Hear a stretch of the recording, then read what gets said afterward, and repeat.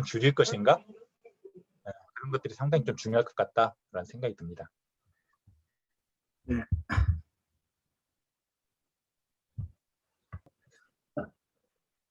사회 공공성 측면에서 본 공공기관의 개편 방향과 과제란 주제로 김철 사회공공연구원에 계신 연구원님께서 발제를 하겠습니다. 시작하시면 되겠습니다. 네, 화면 공유를 해가지고 자료를 띄우고 말씀드리도록 하겠습니다.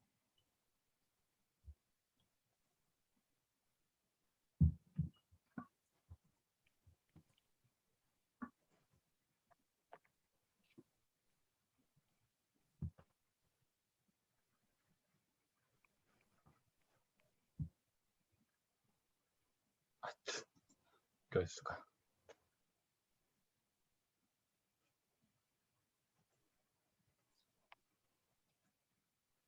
지금 파일 이름만 뜨고 있어요. 아, 그래요? 네.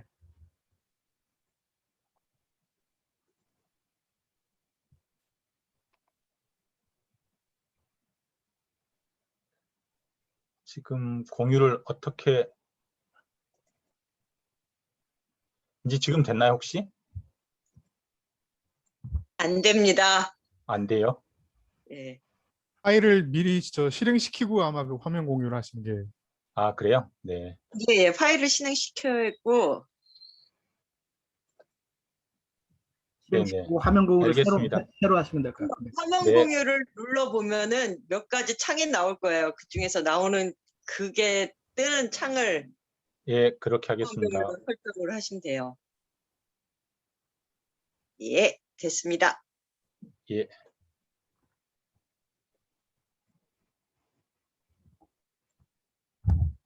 예. 저는 사회공공연구원에서 일하고 있는 김철이라고 하고요. 제가 연구하는 분야 자체가 이 공공기관 쪽입니다. 애초에는 이제 공공부문이라고 그래서, 그러니까 이 공공기관을 포함해가지고 전체적인 이 공공기관의 민주적 재편에 대해서 좀 말씀을 드리려고 했는데, 이쪽은 지금 한참 연구를 하고 있는 중이어가지고 다 연구가 완료되지 않아서 그 중에서 좀 제일 핵심이라고 볼 수 있는 많은 부분을 차지하고 있는 공공기관에 대해서 좀 말씀을 드리려고 이렇게 발표를 하게 됐고요. 자료를 보시면서 말씀을 드리겠습니다. 크게 이제 오늘은 이 5가지를 가지고 말씀을 드릴게요. 그러니까 왜 이제 사회 공공성 측면에서 공공기관을 봐야 되는가, 그리고 그러니까 이전에 이제 이 공공기관 관리 체계는 어떻게 평가를 할 수가 있고, 또한 이제 여기에 입각해서 향후에 이제 공공기관 어떻게 재편을 했으면 좋겠는가, 이것을 한 3가지 정도 텀으로 나눠 가지고 말씀을 드리도록 하겠습니다. 우선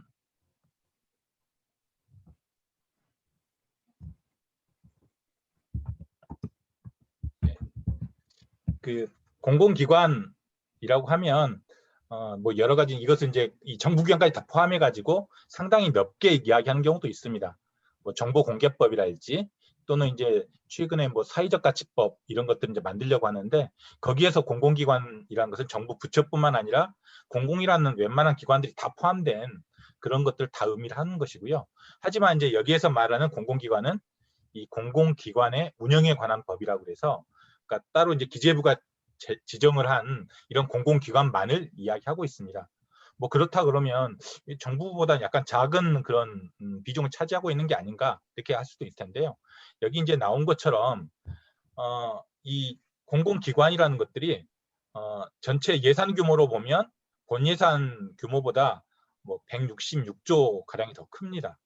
그리고 또한 이제 그 자산으로만 따지면 공공부문 전체 자산의 거의 한 4분의 3 정도를 차지하고 있는 것이죠.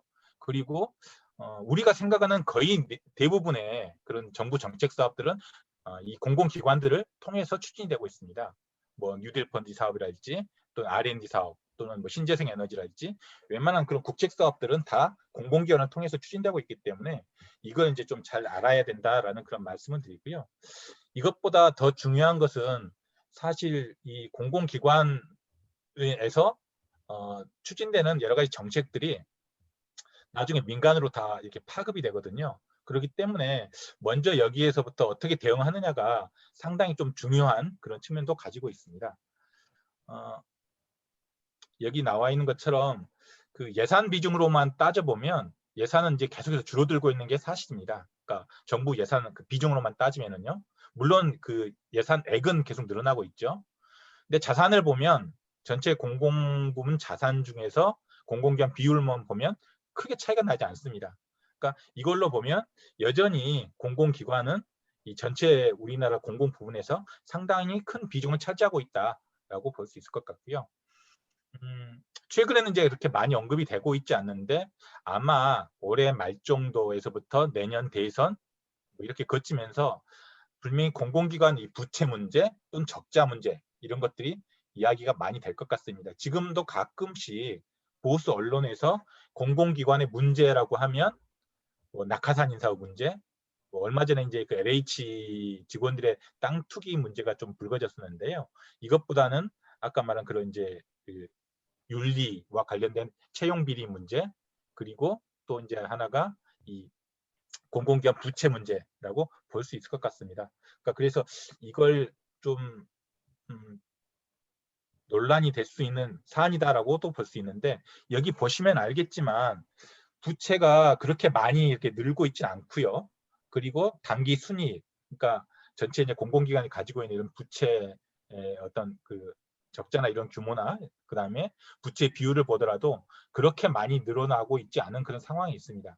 그렇기 때문에 이렇게 그 나타나는 현 상태로만 보면 크게 이제 문제 삼고 있지 않은데 이제 몇 가지 뭐 철도라든지 또는 LH라든지 한전이라든지 몇 군데 이제 이런 타겟을 정해가지고 이렇게 적자가 많이 나고 있다 이런 식으로 또 이제 부채가 많다 이런 쪽으로 다시 한번 이제 그 여론을 호도할 우려도 있기 때문에 이건 좀 알고 계셔야 할 것 같다는 그런 말씀을 드리고요. 사회 공공성 측면은 이제 좀 왜 이렇게 봐야 되는지 그 이유를 좀 말씀드리고 싶은데요. 공공기관 이 자체에 대해서 뭐 정부는 이제 사회적 가치랄지 여러 가지 이제 그런 정부가 생각하고 있는 그런 국책 그 추진 사업을 가지고 공공기관이 이래야 된다 이렇게 말을 하고 있는데 제가 보기에는 이 공공성이라는 것은 원래 이제 애초에 그 설립 목적에 맞게 그 운영이 되고 그리고 양질의 공공 서비스를 잘 제공하는데 좀 목적이 있는 게 아닌가 이게 이제 공공 제고다라고 할 수 있을 것 같다는 것이고요. 그런데 이제 지금까지는 그러니까 이런 공공기관에 대해서 대부분 다 이제 이런 식으로 생각하지 않고 이 시장의 어떤 그 기제에 맞춰 가지고 효율성 내지 수익성을 내는데 많이 초점을 둬왔습니다. 이런 것들 때문에 이제 이제는 좀 약간 다른 식으로 접근해야 되지 않을까라는 것 때문에 사회 공공성 측면에서 이 공공기관 개편을 좀 바라보자라고 이야기하는 것이고요. 또 하나는 그러니까 제가 이제 그 공공부문의 민주적 재편 이야기를 했는데 그 노무현 정부 시기부터 해서 이 공공부문에는 이 거버넌스란 말이 계속해서 많이 나왔습니다. 환경 분야도 그렇고 복지, 뭐 에너지, 뭐 여타 많은 부분에서 거버넌스라 그래서 이를테면 그 민간에서 그러니까 정부분에 좀 참여를 해가지고 함께 뭔가를 정책 결정한다 이런 식으로 많이 이야기를 했었는데 그래서 좀 여기에 대해서는 그러니까 약간 비판적인 문제점도 있긴 하죠. 그러긴 한데 아무튼 약간 가시적으로 나름대로 약간 지배구조와 관련된 그런 논의들이 다른 영역에서 많이 있었는데 이 공공기관에 있어서는 그러니까 이런 그 시민 참여랄지 이해관계자들 참여 이런 것들이 그런 논의가 거의 없었습니다. 말로는 이 공공 지배구조라는 것들이 이야기가 됐었는데 거의 이런 참여가 보장이 안 됐었고요. 그래서 이거 이제 말 그대로 좀 민주적인 그런 지배구조를 구현하자 이런 이야기를 하고 있습니다. 그리고 이제 저는 이 공공부문과 전체적으로 좀 계획을 한다라고 하면 그 핵심이 공공기관 개편이다라고 그렇게 이제 이야기를 하고 있습니다. 뭐 그래서 그러니까 이 공공기관 개편을 중심으로 해가지고 공공대개혁을 바라보자라고 이야기를 하고 있는 것이고요. 그러면 왜 사회 공공성이냐? 아마 그 공공부문 노조들이 사회 공공성 투쟁, 뭐 사회 공공성 강화 투쟁 이런 이야기를 많이 해왔을 것 같은데요. 뭐 새삼스럽게 왜 공공성이냐 이렇게 이제 말할 수도 있을 것 같습니다. 제가 보기에는 이제 여기 써져 있는 대로요. 우선 이 공공성이라는 것이 그러니까 뭐 쟁의행위에서 또는 이제 그 뭐 임단협 할 때 사측을 압박하기 위한 그런 수단으로 많이 사용됐는데 그리고 공공운수 노조만 하더라도 이렇게 사업 계획에 보면 항상 사회 공공성이라는 말이 올라옵니다. 그러니까 그러긴 한데 이렇게 누구나 말을 하고 있는데 과연 이게 모두 과제가 되고 있느냐, 이건 약간 의문이 된다라는 그런 것이고요. 또한 이제 문재인 정부 이 자체가 공공성을 대체해가지고 사회적 가치를 제기한 바가 있었기 때문에 좀 여기에 대한 엄밀한 논의 필요성도 제기가 되는 것이고, 뭐 그런 측면에서 저는 사회적 가치와 이 사회 공공성이라는 것은 일종의 프레임 전쟁이다라고 생각을 합니다. 뭐 이를테면 이제 이 사회적 가치라는 것은 그냥 정권에서 그러니까 이렇게 좀 해라라고 하는 그런 이제 선취한 것이 아니라 주어진 것이라고 한다 그러면, 이 사회 공공성은 지금까지 한 20, 30년 동안 공공부문 노동운동이 좀 쌓아온 이런 내용들이 함축되어 있는 그런 것이기 때문에 약간 차이가 있다는 것이고요. 이런 측면에서 그러니까 사회 공공성을 중심으로 그러니까 공공기관을 파악하자라는 것들이 상당히 중요하다라는 생각이 듭니다. 특히 이제 그 많은 이제 오해가 있는 부분이 공공 부분은 딱 이렇게 정해져 있는, 그러니까 어떤 것은 공공 부분이고 어떤 것은 공공 부문이 아니다라고 이렇게 판단하는 경우도 많은데, 제가 보기에는 역사적 시기에 따라서, 그 다음에 누가 이것을 평가하느냐에 따라서, 그리고 그 사회의 어떤 담론에 따라서, 그 어떤 세력 관계에 따라서 이런 영역 부분은 충분히 달라질 수 있다라고 생각을 합니다. 이를테면 지금은 우리 이제 물 같은 것을, 생수 같은 거 다 사 먹는데요. 한 20, 30년 전만 하더라도 생수가 없었죠. 이건 다 공공기관에서 다 이거 제공을 했던 그런 것이고요. 그리고 지금은 이제 뭐 아마 대우조선해양 뭐 이런 것이랄지, 뭐 이런 공적 자금이 투입된 그런 기업에 대해서 이것은 금속과 관련된 그런 것인지, 이것을 왜 이거 뭐 공공 부문으로 만드냐, 공기업으로 한다니, 뭐 이런 이야기가 나왔을 때 애매하게 생각하는 경우도 있는데, 사실은 이제 포항제철도 그렇고 포스코 같은 경우도 그렇고 한국통신도 그렇고요. 지금 KT나 대우조선해양 같은 경우 마찬가지고, 예전엔 공기업이었거든요. 물론 이제 그 시대에 따라서 이제 그런 역할도 약간 바뀌어질 수도 있겠지만, 적어도 그 사회 담론이 어떤가에 따라서 공공 부문의 영역 구분도 달라질 수 있다라는 것이고요. 저는 그래서 그러니까 이런 대중의 상식을 왼쪽으로 계속 이동시키는 것들에 그러니까 좀 방점을 두고 노력하지 않으면, 그러니까 이 공공성이라는 것들은 자기 이해관계를 정당화하는 그런 도구로 기능할 수밖에 없다라고 생각이 들어서 계속 끊임없이 여기에 대해서 뭔가 이제 실천하는 노력들이 필요하다라고 생각을 합니다. 그리고 또 하나 중요한 것이 이 공공부문에 특히 이제 많이 나타나는 것인데요. 탈정치화 전략이라는 것을 좀 살펴볼 수가 있을 것 같습니다.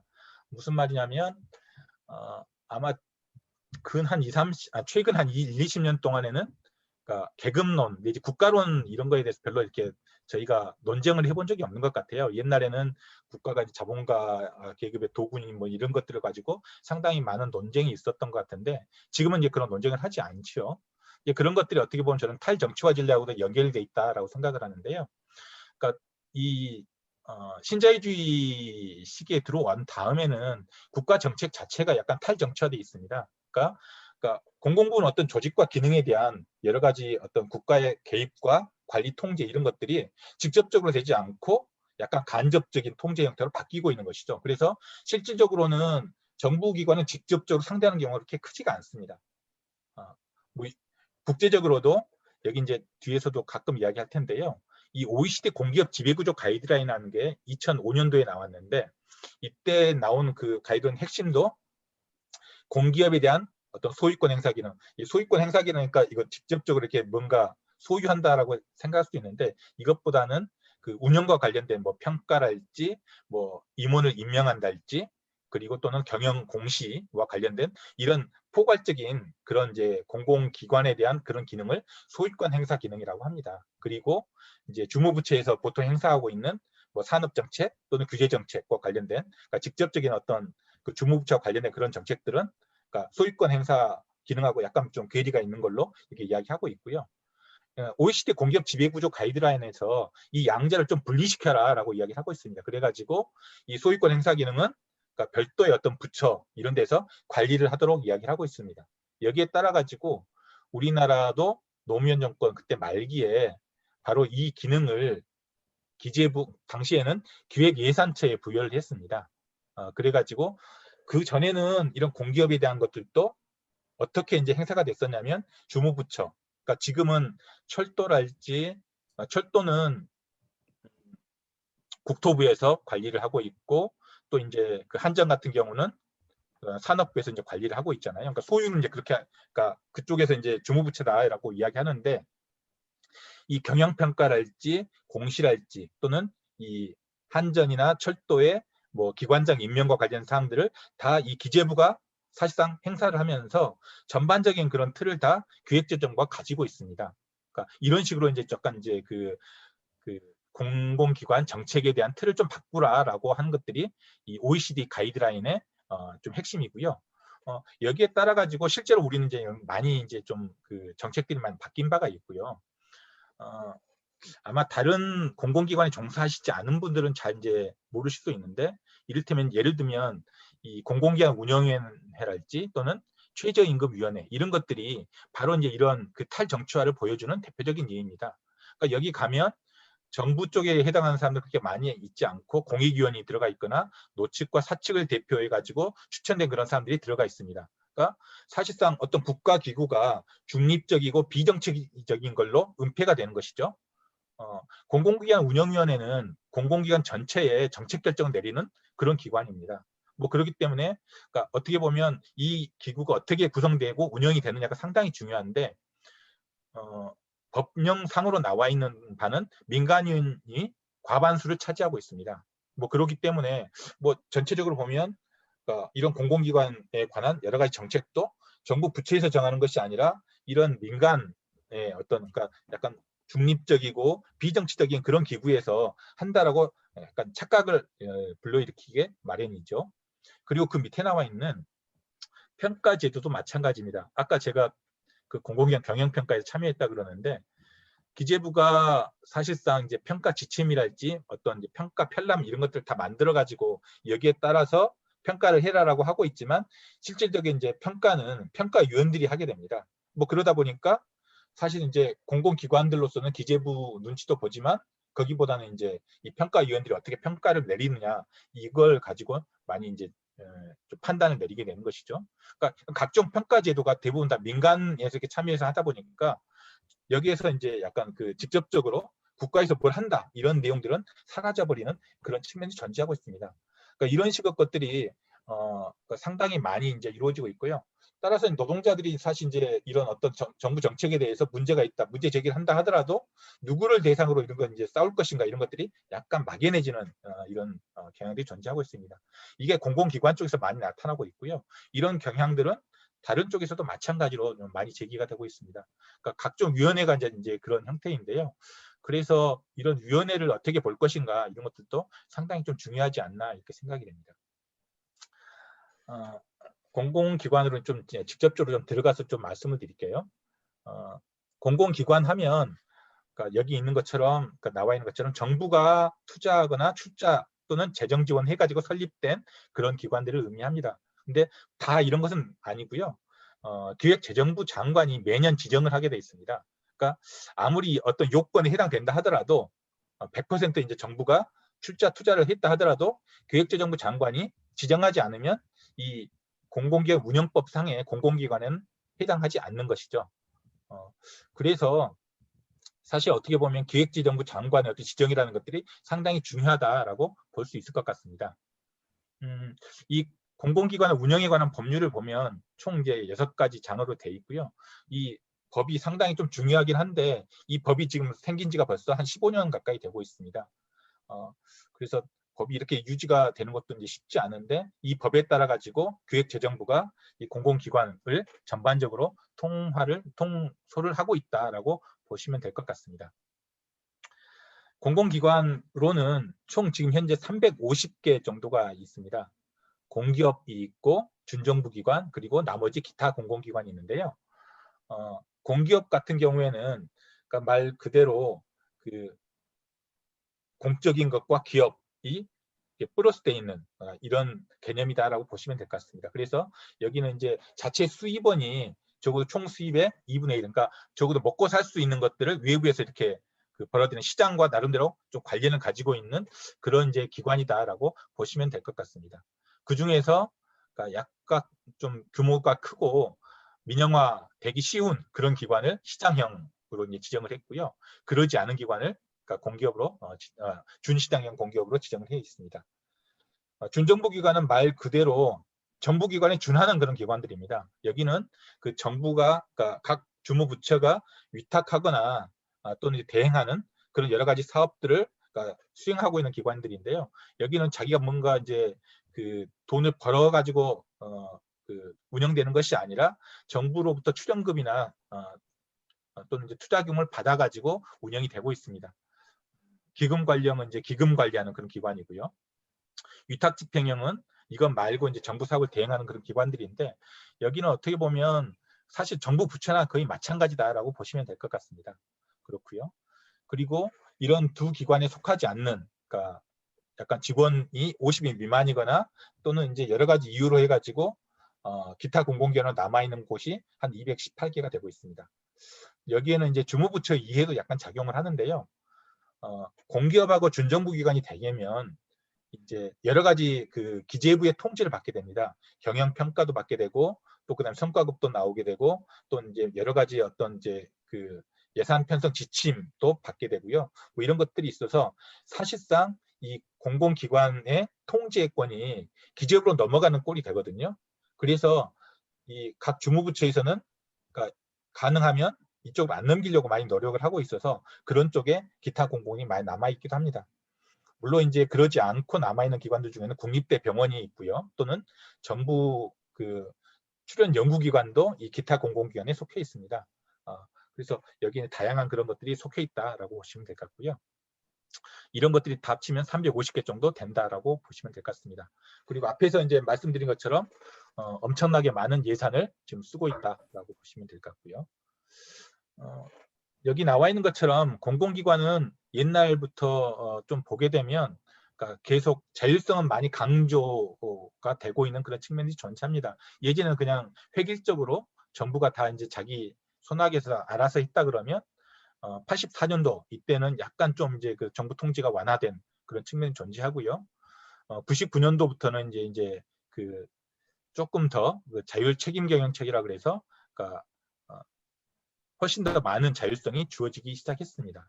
그리고 정부 산하기관 관리 기본법이라는 게 생겨가지고 이전에는 정부 투자기관이라 그래서 한 20개 정도 되는 그런 기관만 관리를 했었는데 그 노무현 정부 중반에 2004년도에 그때 정부 산하기관에 대한 관리를 시작해가지고 이때 이제 웬만한 그런 공공기관들도 다시 관리하기 시작했고요. 그리고 나서 2007년도에 이때 이 산하기관과 투자기관을 합쳐가지고 정부 그 투자기관과 그다음에 산하기관 합친 공공기관 운영법을 제정하고 이걸 가지고 모두 관리를 하게 됩니다. 이때 이제 그 이전에는 투자기관이 한 20개 정도 됐었고 산하기관이 한 130개 정도 됐었는데 이렇게 공공기관 운영법으로 만들어지면서 공공기관에 한 298개, 300개 정도 되는 기관들이 그러니까 이게 포괄되기 시작했었습니다. 물론 이제 이런 사각지대에 있는 그런 기관들을 관리하에 두고 있다라는 이런 측면은 약간 의미가 있다라고 공적인 그런 통제를 한다 이런 측면에서 의미가 있다고 볼 수도 있는데 이제 전반적으로는 다 이게 이제 기재부가 관리를 하게 되는 이런 상황도 있다는 점도 좀 기억을 해야 될 것 같습니다. 이것보다는 아마 이것에 좀 더 그 정책 공공기관 정책에 대해서 조금 익숙하실 텐데요. 저는 이제 일종의 이 공공기관 정책에 있어서도 시계추 현상이 작용한다. 그러니까 커졌다 줄었다 하는 또는 이제 이런 것이랑 비슷한데요. 이게 이제 정권 초기에는 약간 좀 공공성하고 효율성을 좋아하면서 뭔가 좀 그럴듯하게 보이는 그런 공공기관 개혁을 추진했다 그러면 후반기로 가면 그러니까 국정 운영이 별 문제 없이 돌아가고 있다 이런 것을 보여주기 위해서 상당히 좀 약간 효율성에 초점을 둔 그런 공공기관 개혁을 추진한 바가 있습니다.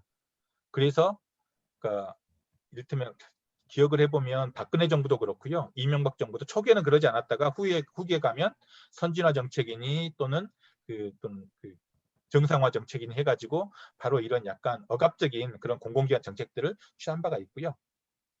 그리고 김대중 정부 하에서 약간 그 노골적인 그런 신공공관리 또는 이제 민영화 정책을 폈다고 한다면 노무현 정부 가서는 약간 좀 그 기조를 바꿔가지고 그러니까 하드웨어가 아니라 소프트웨어적인 그런 이제 공공관리의 어떤 그 뭐랄까 혁신적인 그런 측면들의 초점을 맞춰가지고 공공기관 관리했었습니다. 그러다가 다시 이명박 박근혜 정부 와서는 그 노골적인 또 시공공 관리 입각해가지고 공공기관 정책을 추진했고요. 그러다가 문재인 정부 와서는 또 다시 그 약간 좀 그것을 좀 바꿔가지고 한 측면들이 존재합니다. 그래서 왔다 갔다 하는 그런 측면들이 존재하고요. 뭐 이런 측면에서 봤을 때 저는 문재인 정부 한 1년 정도도 남지 않은 그런 문재인 정부 후반기 그리고 차기 정부에는 이제 지금과는 조금 다른 식의 공공기관 정책이 나올 것 같다라는 생각이 들어서 여기에 좀 잘 대응을 할 필요가 있겠다라고 말을 할 수 있을 것 같습니다. 역대 공공기관 정책들을 쭉 비교해 놓은 것인데요.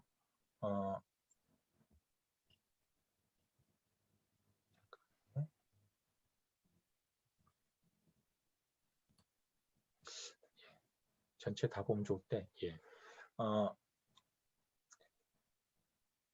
다른 것들보다는 여기 이제 정책 기조나 개혁 정책을 보면 노무현 정부하고 이명박 정부, 박근혜 정부가 크게 다르지 않고요. 그리고 노무현 정부, 김대중 정부와 이명박 박근혜 정부가 다르지 않고 노무현 정부와 문재인 정부 약간 좀 다른 측면들을 보이고 있습니다. 그러긴 한데 그 뒤에 나와 있는 그런 내용들은 크게 다르지 않은 측면들이 존재하고요. 그래서 다 연속성상이 있다라고 보시면 될 것 같습니다. 물론 문재인 정부 들어오면 뭐 공식적으로 민영화 계획을 중단하겠다 이런 이야기도 하고 있고 또 사회적 가치를 반영하겠다 또는 성과연봉제를 폐지한다 뭐 이런 이야기도 하고 있지만 지금에 와서는 약간 좀 다른 측면들도 존재하고 있는 것 같습니다. 그래서 이전으로 회귀할 수 있는 그런 여지가 보인다는 것이죠. 2017년도에 그때 이제 공공기관 운영법 10주년 그런 학술 심포지엄에서 한 10년 동안 공공기관 관리를 해보니까 상당히 잘 됐다라는 그런 평가가 대부분이었습니다. 뭐 이런 평가가 있는지도 잘 모르실 수도 있을 것 같은데요. 이제 그때 되면 다 이제 뭐 경영 투명성, 뭐 고객 지향성 확보, 방문경 통제, 뭐 재무 건전성 강화, 뭐 이런 측면에서 긍정적 성과를 창출했다 이렇게 이야기를 하고 있습니다. 그러니까 우리가 생각하는 어떤 공공성이나 이런 것들은 별로 생각을 하지 않고 이런 쪽으로 많이 이제 고민을 했다는 것이고요. 그리고 한 이제 이것 말고 실제 이제 이 한 15년 정도 관리 체계를 좀 평가를 해보면 공공기관 관리에 관해서 기재부 역할이 상당히 이제 강화됐다라는 것들을 특징으로 들 수 있을 것 같습니다. 원래 노무현 정부가 이 공공기관 운영법을 만들 때에는 그러니까 기획예산처하고 재정경제부가 분리가 돼 있었습니다.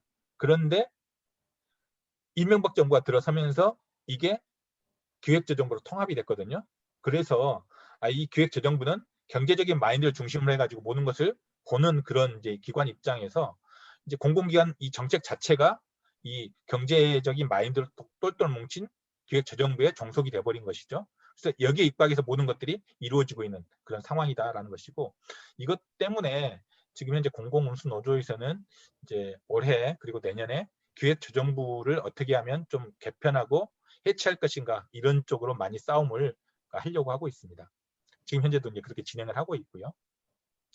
그리고 또 하나 투입 자원에 대해서 이제는 이제 사전적 통제, 그러니까 맨 처음에 어떤 기관에 대해서는 이렇게 해라라고 그러니까 다 이제 지시를 내렸다 그러면 지금은 그게 아니고 먼저 일을 한 다음에 이 일을 잘 했는지 못 했는지를 평가를 해가지고 좀 여기에 대해서 일을 통제를 하겠다 이런 식으로 약간 자율성을 주는 그런 측면들이 있다라고 이제 정부는 이야기하는데 공공기관 입장에서 보면 전체적으로 총인건비 제도라는 게 있어서 인건비가 다 이렇게 딱 제약이 돼 있고요. 그리고 인력이나 조직도 딱 기재부가 주어진 그런 이제 가이드라인에 의해 가지고 딱 정해져 있습니다. 그리고 일상적으로 어떤 모든 것들이 다 이제 지침에 의해 가지고 규정이 되어 있습니다. 그리고 이런 것들을 어겼을 때에는 경영평가를 통해 가지고 다 통제를 하죠. 그리고 또한 여기에서도 벗어나는 것들은 감사원 감사를 통해 가지고 다시 한번 제재를 하고 있고요. 그래서 각종 이런 지침들과 경영평가, 감사원 감사가 맞물리면서 이제 공공기관은 다 꽉 쥐고 있는 이런 측면이 존재합니다. 그래서 힘은 되게 많이 있다. 공공기관이 이렇게 되게 힘이 세일 것 같은데 최근에 와서 한 10여 년 동안 공공기관을 파업을 한 적이 한 번도 없고요. 왜냐하면 파업도 제약돼 있고 또한 이제 여러 가지 활동이 상당히 제약돼 있는 그런 측면이 존재한다라고 보시면 될 것 같습니다. 근데 애초에 그 앞에서 말씀드렸던 그런 OECD 공기업 지배구조 거기에서 보면 그러니까 나름대로 좀 자율성을 부여하고 그다음에 정부도 막 지시하는 것들을 좀 약간 그만둬라, 약간 제한하는 것들 많이 강조를 했었는데 그런 것들은 이제 거의 좀 받아들이지 않고 약간 이제 모든 것을 이제 그 소유권은 기재부 쪽으로 다 이렇게 넘겨라 이런 것만 받아들인 것이죠. 뭐 그러다 보니까 상당히 어떤 이제 공공기관에서 문제를 많이 제기를 하고 있습니다. 그리고 또 하나는 국제적 흐름인 이해관계자 중심의 관리 모델을 외면하고 있다라는 건데 요새는 이제 그 신자유주의라는 것들이 많이 사라졌다라고 이야기하고 있는데 뭐 그러다 보니까 IMF나 뭐 OECD 같은 경우에도 이제 이런 흐름들을 약간 읽어서 이해관계자 중심의 어떤 관리 모델 이런 것들을 많이 이야기를 하고 있습니다. 그래서 이제 노동자 참여 메커니즘 이런 것들도 고려를 해라 이렇게 이야기하고 있는데 우리는 전혀 이런 내용들이 나와 있지 않고 있고요. 문재인 정부가 사실 이제 그 노동이사제 이걸 도입한다라고 국정과제에서도 이야기를 한 바가 있는데 이게 이제 기재부 손으로 들어간 다음에는 근로자 이사회 참관제로 해가지고 권한주의지 않고 그냥 참관만 하는 걸로 바뀌어져 있습니다. 이런 식으로 약간 그런 모델들이 외면되고 있는 상황이고요. 또한 그 이사회 중심으로 뭔가 이제 그 지배구조가 구축이 돼야 된다라고 이야기를 하고 있는데 이런 것도 좀 미흡한 상황이고 가장 중요한 것은 앞에서 이제 제가 이 공기업하고 준정부 기관이 둘로 이렇게 나눠져 있다 그랬는데 그리고 그 특징이 약간 좀 다르잖아요. 그런데 이 준정부 기관에 대해서도 공기업하고 똑같은 그런 관리 방식을 적용을 하고 있습니다. 뭐 그러다 보니까 사실 이 준정부 기관에 대해서도 이제 공기업과 똑같이 그런 효율성이나 또 수익성 이런 걸 내도록 이렇게 그 강요가 되고 있는 이런 측면들이 존재하면서 여기에 대한 압박이 상당한 그런 상황입니다. 뭐 그래서 이런 것도 하나의 문제라고 이야기를 할 수가 있을 것 같습니다. 이런 것들 때문에 그러니까 좀 이 공공기관 관리 체계를 완전히 바꾸자라는 이야기를 하고 있고 그래서 전면적으로 이제 그 공공기관 운영법 자체를 전면 개혁하거나 또는 그러니까 아예 새로운 법을 만들자라는 이야기도 나오고 있는 그런 상황입니다. 그래서 그러니까 아까 이제 그 세 가지 텀 중에서 이 공공기관 체제 자체를 사회 공공성 중심으로 바꾸자라는 이야기를 하고 있고요. 공공기관이 본연의 역할을 할 수 있게 해야 되는 것이고 또 운영에 있어서 민주성과 공공성 측면을 부각하도록 법 자체의 어떤 그 목적이랄지 이런 것들에 좀 규정을 하자라는 이야기를 하고 있습니다. 그리고 뭐 이런 것들은 공공 서비스 질 제고나 또는 그 운영에 있어서 민주성과 자율성을 제고할 수 있도록 그 목적을 바뀌는 것들도 포함을 하고 있는 것입니다. 그래서 지금 현재는 공공기관이 그러니까 이런 설립 목적에 맞게 운영되고 있는지 그 역할에 대해서는 별로 이렇게 많이 논의가 되고 있지 않는 것 같습니다. 얼마 전에 이제 그 LH 그 직원들 땅 투기 이런 문제가 있어가지고 LH에 대해서 막 이야기했었는데 그때 나타난 것을 보면 실제 과연 그 설립 목적이 공공성에 맞느냐 이런 논의도 좀 약간 필요했고 또한 만약에 그렇다 그러면 실제 이제 여기에 맞게 여러 가지 활동을 하고 있는지 관리가 이루어지고 있는지 그런 것들이 논의가 돼야 되는데 거기에 대해서는 별로 이렇게 논의가 된 바가 없었던 것 같습니다. 그래서 전반적으로 좀 이에 대한 논의를 하자라는 것들이 이야기가 되고 있고요. 그리고 또 하나는 그 아까 제가 공공기관 지정은 다 기재부 장관이 한다고 그랬었는데요. 공공기관으로 약간 지정이 되면 상당히 많은 통제를 받게 됩니다. 아까 말씀드린 것처럼 그러니까 그 예산 편성 지침이랄지 각종 지침의 대상이 되고 경영 공시와 그 경영 만족 고용 그 고객 만족도 조사의 대상이 됩니다. 고객 만족도 조사 아마 이것은 가끔 좀 들어보셨을 것 같은데요. 작년에 그 마사회에서 한 분이 이제 돌아가셨잖아요. 예. 근데 그때 이제 약간 논란이 됐던 것이 고객 만족도 조사를 약간 이제 허위 조작한 마사회가 이런 측면들도 나타났었고 또 그다음에 철도 공사의 경우에도 고객 만족도 조사 이것을 허위 조작으로 해가지고 나중에 이제 이것 때문에 경영평가 점수를 다시 이제 좀 떨어지게 되는 이런 측면들 그래서 성과급을 빼앗기는 이런 측면들 존재했었는데요. 그만큼 고객 만족도 조사 이게 상당히 좀 중요하고 좀 많이 언급이 되고 있는 것 같습니다. 실제로 여기에 돈도 많이 들어가고요. 그것 때문에 논란이 됐는데 아무튼 그러니까 지정이 된다는 것은 그만큼 어떤 통제의 대상이 된다는 것이기 때문에 상당히 좀 중요한 의미를 가지고 있습니다. 현재 그 내용을 보면 그 2018년도에 338개에서 꾸준히 이렇게 늘어나고 있는 그런 추세에 있고요. 대부분은 다 이 기타 공공에는 늘어나고 있고 공기업은 크게 늘어나고 있지 않습니다. 준정부기관은 약간씩 늘어나고 있는 그런 상황이고요. 뭐 그래서 앞에서 이제 기재부가 자기 자의적으로 이렇게 막 지정하는 측면들이 있기 때문에 그러니까 법적인 요건을 충족하는 경우는 다 이렇게 공공기관을 지정을 하자라고 주장을 하고 있고 또한 그러니까 그 투명성과 명확성을 제고하자 이런 이야기도 하고 있습니다. 뭐 이런 것들은 약간 기술적인 내용이기 때문에 이런 것들이 있다 정도만 알고 계시면 될 것 같고요. 다만 이제 이런 지정이나 해제와 관련해 가지고 또는 기능 조정을 할 때 그 고용 안정 보장이 돼 있지 않아 가지고 상당히 문제가 되는 경우가 있습니다. 잘 아마 들어보시지 않았을 텐데요. 아시아 문화원이라고 해서 광주 쪽에 그 준정부 기관이 있습니다.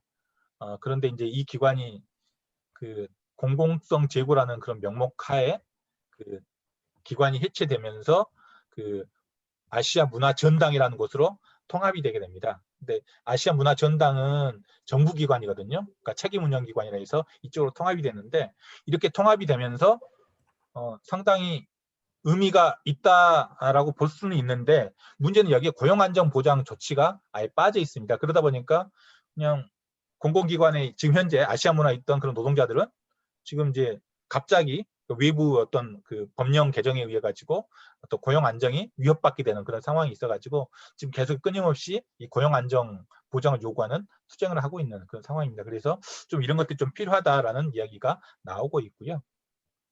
그리고 앞에서 말씀드린 것처럼 기타 공공기관이 공기업이나 준정부 기업보다 훨씬 더 많습니다. 뭐 그러다 보니까 좀 이것들을 이제 분류를 세분화하거나 그 기관의 어떤 성격, 역할, 구조에 따른 어떤 재편도 좀 필요하지 않느냐 이런 이야기도 나오고 있는 상황이고요. 더 중요한 것은 이제 제가 보기에는 이 내부화입니다. 내부화란 말을 어떻게 보면 좀 처음 들어보셨을 것 같은데요. 민간 위탁 이런 기관을 아웃소싱 한다라고 하잖아요. 근데 이 아웃소싱의 반대가 인소싱입니다. 예, 그러니까 민간 위탁을 그러니까 내부화한다, 그러니까 외주화하는 것이 아니라 내부화한다 할 때 이런 말을 쓰는 것이고요. 다만 여기서 공공기관 내부화는 애초에 공공기관으로 만든다는 뜻은 특수법인으로 만든다는 뜻이거든요. 그러니까 공공기관은 하나하나씩 보면 다 일종의 특수법인입니다. 그래서 공공기관으로 만든다고 할 때 이것을 법인화라고 이야기를 하고 있습니다. 그러니까 예를 든다 그러면 예전에 철도청이라는 공무원 조직으로 있었잖아요. 그런데 이게 법인화가 되면서 지금 현재 한국철도공사로 바뀐 것이죠. 그리고 이걸 또 민영화를 한다 그러면 이제 완전 민간 회사가 되는 것이고요. 이 내부화는 그 반대로 정부 조직으로 만든다라는 그런 뜻입니다. 그러니까 공공기관을. 그러니까 지금 현재 출연을 통해 가지고 기관이 유지되고 있는 준정부기관 같은 경우에는 저는 이제 아예 그 거의 의미가 없기 때문에 이것들은 아예 정부 부처 내지 책임 운영 기관으로 변경하는 것도 의미가 있지 않겠나 이런 이제 말씀을 드린다는 것이고요. 그래서 이전에는 이제 민간 위탁 어떤 그 타당성 그런 분석 기준 여기 쭉 나와 있는 것처럼 지금 저기 같이 있는 장규현 선생님하고 같이 했던 연구 중에 있는 것인데, 그러니까 민간 위탁을 그러니까 다시 이제 외주화된 것을 그러니까 내부화하는 그런 기준으로 이런 여러 가지 것들을 삼았는데 이런 거랑 비슷하게 공공기관으로 돼 있는 것들도 그러니까 책임용 기관이나 또는 정부 조직으로 바꾸자라는 것들을 이야기하고 있는 것입니다. 사실 이제 이렇게 하는 것이 좀 의미가 있을 것 같다는 생각이 드는데 이렇게 했을 때 임금 체계랄지 또는 근로조건 이런 것들을 어떻게 할 것인가 이게 약간 문제가 될 수 있겠지만 좀 여기에 대해서도 좀 공세적으로 좀 문제 제기할 수 있지 않을까라는 그런 생각이 듭니다. 그리고 또 하나는 기능 조정인데요. 기능 조정은 다시 이야기하면 민영화라고 볼 수 있을 것 같습니다. 지금은 이제 좀 분위기가 그러니까 약간 예전하고 달라서 민영화라는 이야기가 별로 나오고 있지 않은데 저는 이제 이렇게 됐을 때 이런 기능 조정이나 민영화에 대해서 좀 법적인 그런 사회적 통제를 할 수 있는 그런 기준들이 있어야 한다라는 그런 생각을 하고 있습니다. 왜냐하면 일단 민영화가 돼버리면 그 비가역성 때문에 더딜르기가 쉽지가 않거든요. 뭐 그렇기 때문에 좀 이런 조치들을 그러니까 지금부터 좀 고민할 필요가 있다라는 것이고요. 그래서 그러니까 필수적인 공공기관은 뭐 신설하고 또한 이제 이미 민영화된 그런 기관 산업이라고 하더라도 사회적 논의를 거쳐가지고 재공용하는 그런 방안들을 좀 검토를 해보자라는 것입니다. 그래서 기후조선해양이나 뭐 이런 것들 같은 경우에도 그러니까 이미 지금 몇 조가 지금 투입이 되어 있는데 사실 여기에 대해서도 그냥 관리의 어떤 사각지대 있거든요. 그래서 오히려 관리를 그 공공기관으로 만들어서 좀 그 제대로 관리를 하는 것들이 오히려 더 타당하지 않겠는가 이런 문제 제기도 나오고 있는 그런 상황입니다. 이게 이제 다 좀 연결되어 있는 그런 부분이라고 볼 수 있는 것이고요. 그리고 민영화를 하든지 기능 조정을 하든지 간에 여기 이제 외부 통제하는 그런 방안들도 좀 마련될 필요가 있겠다라고 말씀드릴 수 있겠습니다. 나가면 안 되는. 나가면 무슨 말씀을 하시나요, 누가? 예. 그리고요, 여기 외부 지배구조인데요. 아마 지배구조, 제가 계속 지배구조 무슨 이야기를 해가지고 뜬금없는 웬 지배구조나 이렇게 할 수 있을 텐데 이게 이제 노무현 정부 들어와가지고 좀 많이 이야기가 되고 있습니다. 여기 예. 지배구조 굳이 이야기하면 관리체계를 그러니까 좀 지배구조라고 이야기하는데요. 내부 지배구조는 이 기업 안에서 어떻게 돌아가고 있는지 내부 통제기구들을 이야기하고 있습니다. 기관장이나 이사회 또는 감사 뭐 이런 것들이 다 그 내부 통제기구와 관련된 그런 내용이고요. 그리고 외부 지배구조는 그러니까 사기업으로 따지면 시장 기능을 하는 그런 것들을 의미하고 있습니다. 그러니까 민간 기업은 시장 기구를 통해 가지고 바로 이런 것들이 이제 그 이루어지는데요. 공공기관의 경우에는 바로 이런 시장 기구가 제대로 작동하지 않기 때문에 이에 대응하는 기구를 인위적으로 만들고 있습니다. 뭐 그런 것들이 바로 경영평가랄지 또는 그 위에 이제 그 주무부처가 임명하는 그런 거 또는 경영공시랄지 이런 것들이 다 이 외부 지배 구조에 속하는 것입니다. 그러면 이런 논의가 왜 그러니까 최근에 발생했느냐? 그 아까 말씀드린 대로 신공공관리로 인해서 문제점에 대한 어떤 보완으로서 그러니까 민간에서도 좀 이런 것들에 대해서 논의에 참여해야 되지 않겠는가라는 그런 이야기들이 있었고요. 그래서 아래로부터 참여, 이해 당사자 참여 이런 것들이 강조되면서 공공기관 지배구조가 상당히 논의가 활성화됐습니다. 근데 말은 이제 지배구조로 이야기하는데 사실 이런 내용들은 다른 영역에서는 많이 논의가 됐지만 공공기관 거버넌스에서는 거의 논의가 안 됐었습니다. 그래서 이런 것들 제대로 논의해보자라는 것들이 좀 요즘 논의다라고 말씀드릴 수 있겠고요.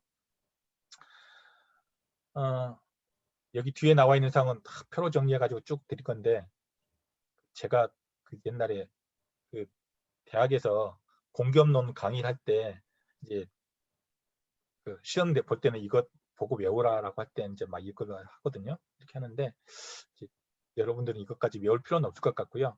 다만 이런 식으로 이제 그 공기업, 준정부기관, 기타 공공기관 그리고 이 공공기업 운영법 말고 지방자치단체가 운영하고 있는 그런 이제 그 공공기관들이 있습니다. 이것을 지방공기업이라고 하는데요. 뭐 수도 또는 개발과 관련된 그런 기관들을 직영기업이라고 합니다. 그래서 뭐 수도사업소 이런 것들이 다 여기에 해당되는 것이고요. 직영기업에 해당되는 것이고 이것 말고 나머지는 이 지방공사공단으로 이렇게 있습니다. 그리고 이제 출연기관도 또 존재하는데요. 그러니까 이 지방공사공단하고는 이 공기업하고 거의 이제 소유하는 주체만 다르고 나머지는 내용들은 거의 비슷하기 때문에 이렇게 함께 비교를 했습니다. 여기 이런 내용들은 나중에 요약해가지고 좀 다시 한번 말씀을 드릴 것이고요. 이런 이제 내부 지배 구조와 외부 지배 구조 중에서 좀 제일 중요한 것이 이 외부 지배 구조 중에 이 공공기관 운영위원회입니다.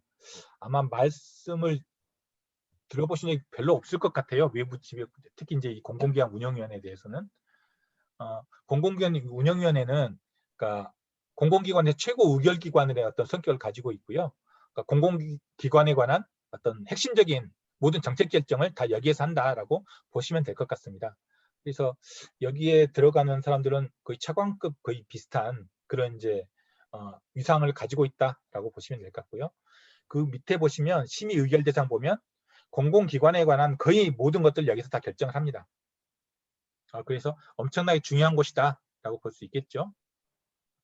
그리고 민간연이 과반수를 차지하게 돼 있습니다. 뭐 그래서 이거 잘하면 이것도 의미 있는 기구가 될 수 있겠다라고 볼 수 있겠고 이렇게 볼 수 있는데 이런 것들 때문에 제가 앞에서 말씀드린 대로 국가기구의 탈정치화 전략이 어떻게 보면 핵심적인 그런 도구로서 작용한다라고 볼 수 있을 것 같아요. 그러니까 여기 보면 공무원은 그러니까 과반수 미만이고요. 그러니까 학식과 경험이 풍부한 그런 중립적인 사람으로서 다양한 분야에서 어떤 그런 사람들이 다 이렇게 들어갈 수 있게 돼 있는데 중요한 것은 기재부 장관 추천은 된다는 그런 점입니다. 뭐 그래서 사실상 여기 들어가 있는 분들 보면 나름대로 좀 우리하고 맞는 그런 분들도 있긴 하지만 그 역할을 제대로 하지 못한 측면들이 많이 존재하고 있습니다. 그러니까 여기 보시면 왜 이걸 바꿔야 되냐 그런 이야기 나오는데요. 공공기관 운영위, 줄여서 공운위원회 같은 경우는 기재부가 사실상 주도를 하고 있습니다. 그러니까 기재부 장관이 위원장이고 이 당연직 정부위원들은 그러니까 별 역할을 하지 못하고 기재부 장관이 하라는 대로 다 모든 걸 하고 있고요. 나머지 민간위원들도 기재부 장관이 임명을 하고 있고 사실상 이제 그 자기 마음대로 이렇게 구성하고 추천해가지고 임명이 되고 있기 때문에 그 중립성이나 독립성 확보에도 상당히 한계가 있는 걸로 나타나고 있습니다. 지금 현재는 11명인가 10명 정도의 민간위원들이 지금 현재 존재하고 있는데요. 그 중에서 그러니까 약간 개혁적이라고 불리는 분이 한 3~4명 정도 되고 있습니다. 그런데 그러니까 들어가 있는 분들 말을 들어보면 기재부가 그러니까 회의하기 전날 뭐 전전날 이때쯤 해가지고 이번에 이런 회의를 합니다 라고 해가지고 안건을 주고 그리고 나서 그냥 바로 이제 토의를 하고 그러니까 거기다 사전 의견 제시나 이런 것들은 전혀 하지 못하고 안건 이런 거 설정도 민간인들은 하지 못하는 측면이 되어 있습니다. 또 하나 그러니까 뭐 여러 가지 이제 그 신문 기사를 통해서 볼 수 있을 텐데요. 여기에서 결정되는 것들은 거의 95%, 6% 정도 그러니까 기재부가 설정한 안건에서 거의 벗어나지가 않습니다. 한 2시간 정도 이제 그 회의가 이루어지는데요. 2시간 동안 치열하게 토론을 해가지고 나타난 결론은 다 기재부 마음대로 다 되는 것이죠. 그래가지고 사실상 그 거수기 역할을 한다라고 이야기가 되고 있고 그래서 구성과 운영을 완전히 바꿔야 된다라는 이야기를 하고 있습니다. 그리고 민간위원들도 그러니까 여기 들어가 계신 분이 좀 말하는 걸 보면 기재부가 너무 심하게 이런 것을 통제한다라는 이야기를 하고 있습니다. 자기 역할을 제대로 하지 못하고 있다라는 이야기를 하고 있는 것이죠. 이런 것들 때문에 완전히 좀 바꾸자라는 이야기를 계속하고 있고 그래서 이제 이 공공부문 관리나 개혁을 전담하는 그런 이제 기구를 만들자라는 이야기가 노무현 정부 시기부터 계속 나왔었습니다. 그리고 이런 기구는 기재부로부터 약간 좀 독립돼 있는 그런 기구 예산이나 그 관리 인력 이런 거에서도 독립적인 권한을 가져야 된다라는 것 그리고 특히나 제일 중요한 것은 이 구성 자체에 다양한 분야의 어떤 이해관계자가 참여할 수 있도록 만드는 이런 것들이 필요하다라는 이야기 하고 있는데 어차피 이제 이렇게 하더라도 그 대통령이 다 알아서 하는 것이기 때문에 이렇게 할 바에는 차라리 이제 국회에서 좀 추천해가지고 하는 게 어떠냐 이런 식으로 하는 이야기도 나오고 있습니다. 그래서 좀 이런 것들을 어떻게 할 것인가에 대해서는 조금 더 많은 고민이 필요할 것 같다라는 생각이 드는데요. 아무튼 이 공공기관 운영위원회에 대해서도 좀 고민을 할 필요가 있을 것 같습니다. 근데 여기에 대해서는 이렇게 그 공공기관 밖에 계신 분들은 잘 이렇게 관심을 갖지 않아서 이런 좀 말씀만 좀 드리고요. 그리고 경영 공시라는 게 있습니다. 들어가 보셨을지 모르겠는데요. 알리오라는 게 있습니다. 그러니까 공공기관 경영정보 공개 시스템이라고 이제 보통 이야기하는데요. 여기 들어가면 공공기관에 관한 모든 것들이 다 이제 들어가 있습니다. URL 주소를 치면 따따따 그 알리오 alio.go.kr 이렇게 들어가는데요. 여기 들어가면 공공기관에서 하고 있는 모든 것들이 다 여기 올라가 있습니다.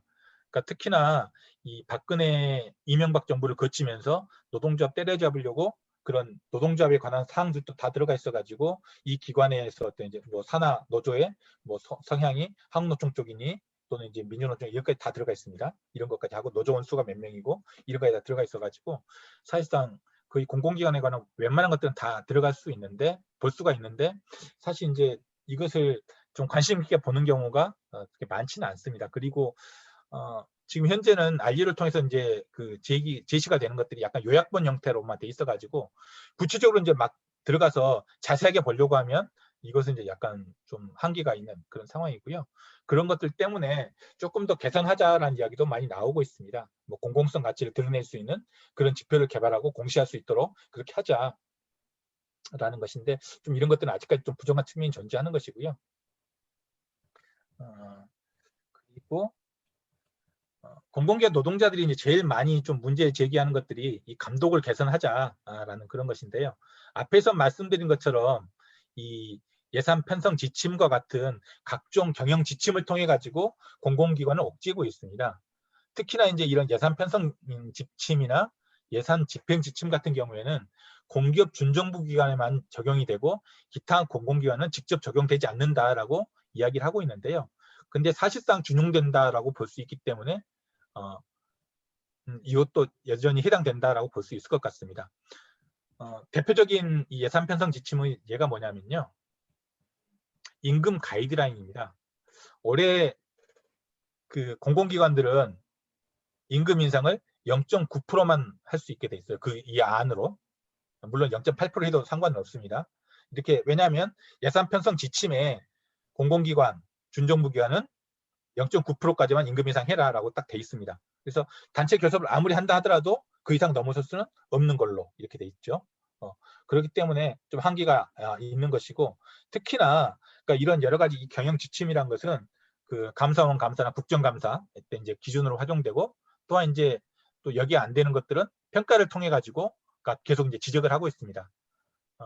이럴 때 이제 방망 경영 관련된 이런 여러 가지 사항들은 그 경영평가를 할 때 이런 것들 다 지켰는지를 다 따져보는 것이죠.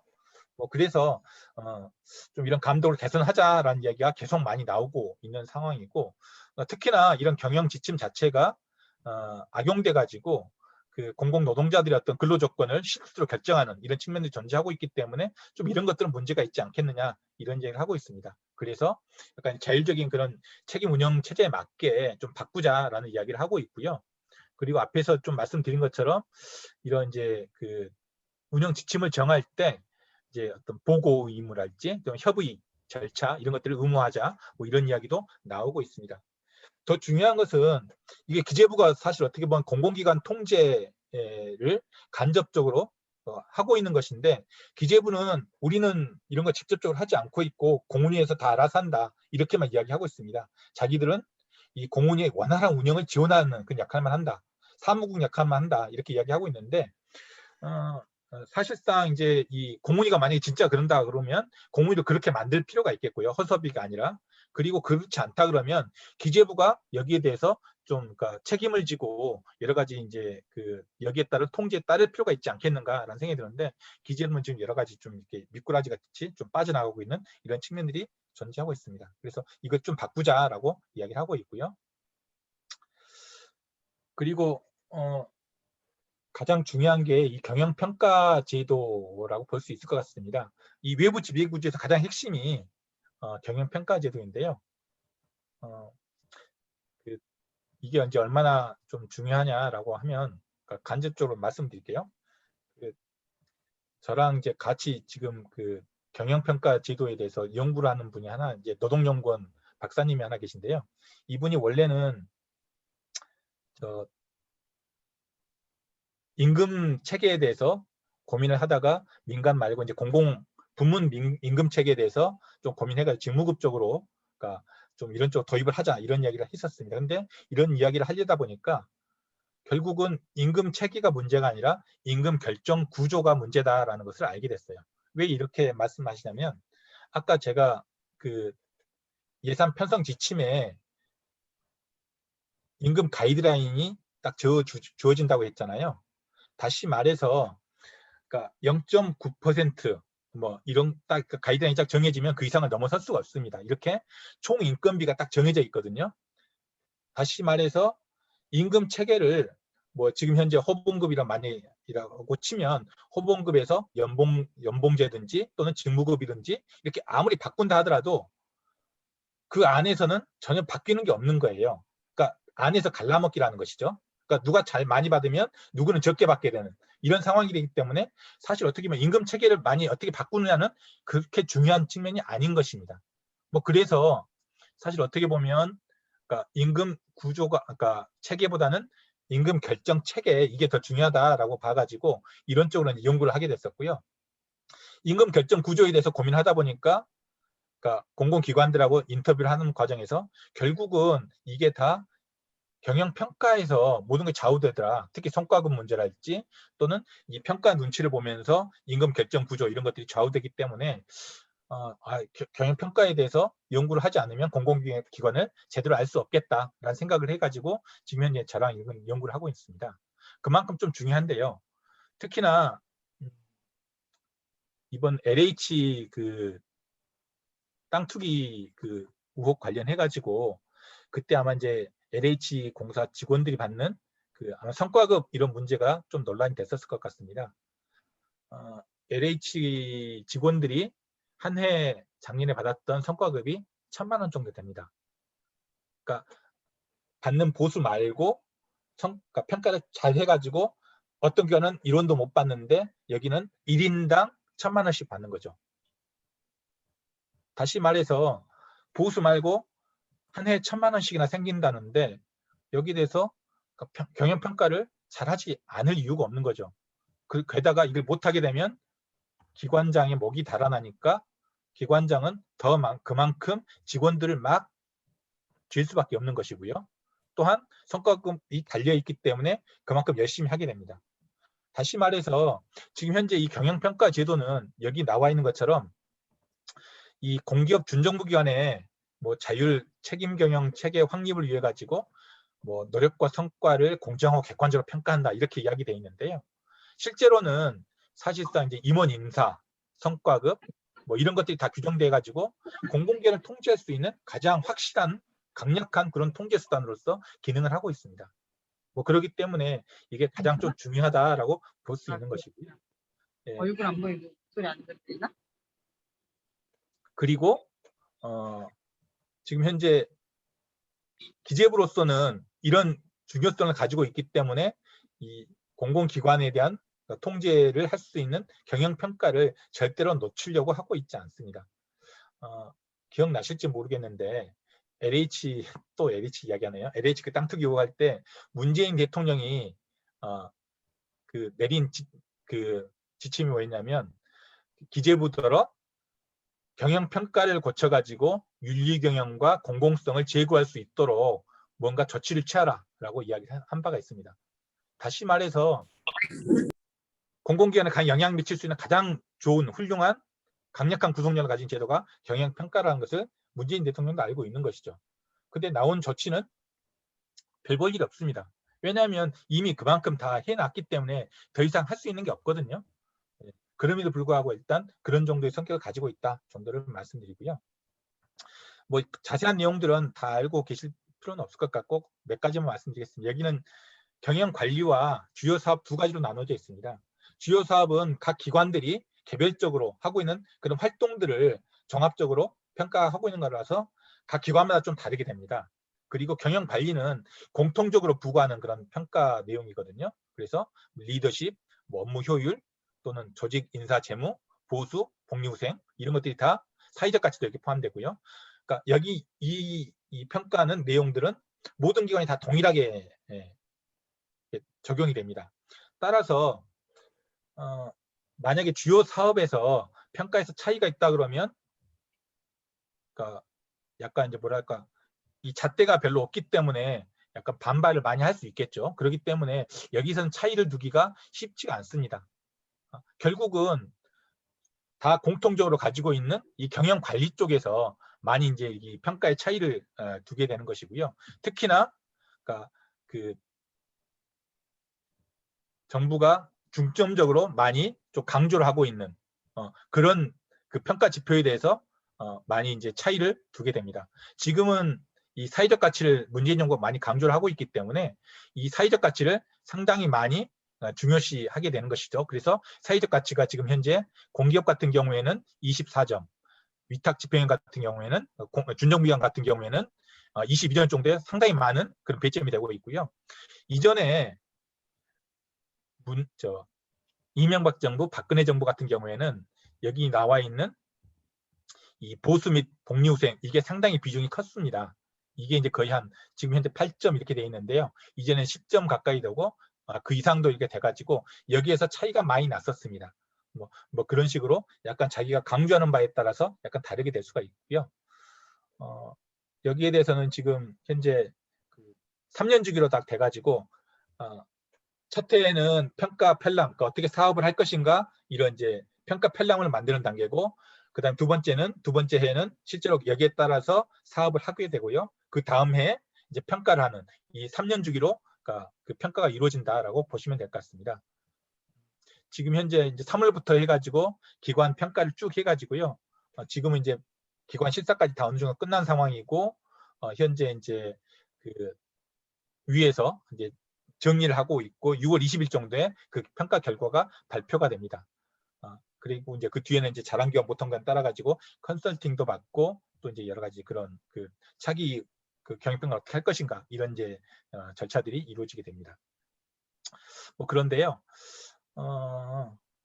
이 뒤에 거기서부터 보시죠. 평가제도를 이제 왜 개선해야 되는가라는 이야기인데, 아까 이런 경영평가가 상당히 많은 그런 영향을 미친다고 말씀을 드렸는데, 앞에서 말씀드린 것처럼 이 평가가 경영이란 말이 붙으면서 약간 수익성 중심으로, 효율성 중심으로 이루어지게 되는 그런 약간 편향이 존재하고 있습니다.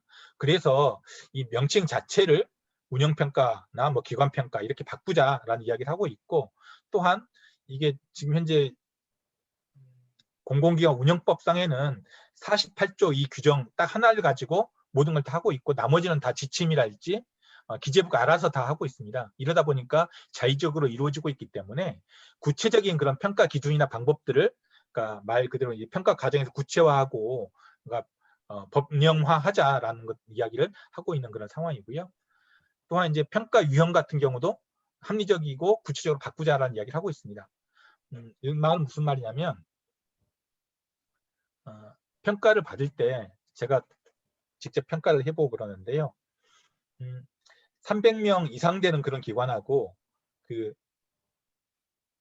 정원이 300명 미만 되는 기관하고 평가를 대응하는 데 있어 차이가 납니다.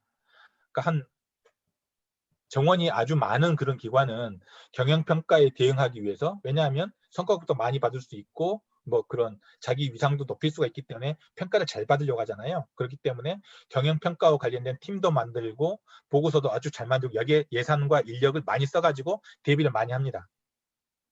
그러니까 더 잘 받을 수밖에 없죠. 그런데 아주 작은 기관들 또는 현업 그런 직원들이 많은 기관, 그래서 경영평가에 대응할 수 있는 그런 직원들이 많지 않은 그런 기관 같은 경우는 이런 것들을 잘 대응하지 못하니까 성적이 안 좋고, 성적이 안 좋으니까 성과급도 못 받고, 또 그러니까 또 계속해서 여기 잘 못하고, 이런 것들이 악순환이 벌어지고 있는 그런 상황입니다. 뭐 그러다 보니, 그런데 이런 기관들 다 묶어가지고 한꺼번에 같은 유형으로 이렇게 평가를 하고 있거든요. 뭐 그렇기 때문에 이런 좀 적절한 그런 평가 유형이 구분돼야 한다, 이런 이야기를 하고 있고요. 앞에서 말씀드린 것처럼 이런 그 각 기관에서 과도하게 이렇게 부담을 갖고 있습니다. 평가가 그만큼 중요하기 때문에, 그러니까 여기에 이제 거의 한 해 모든 그 사업이 평가의 중심을 두고 다 이루어지는 이런 측면이 존재하는 것이죠.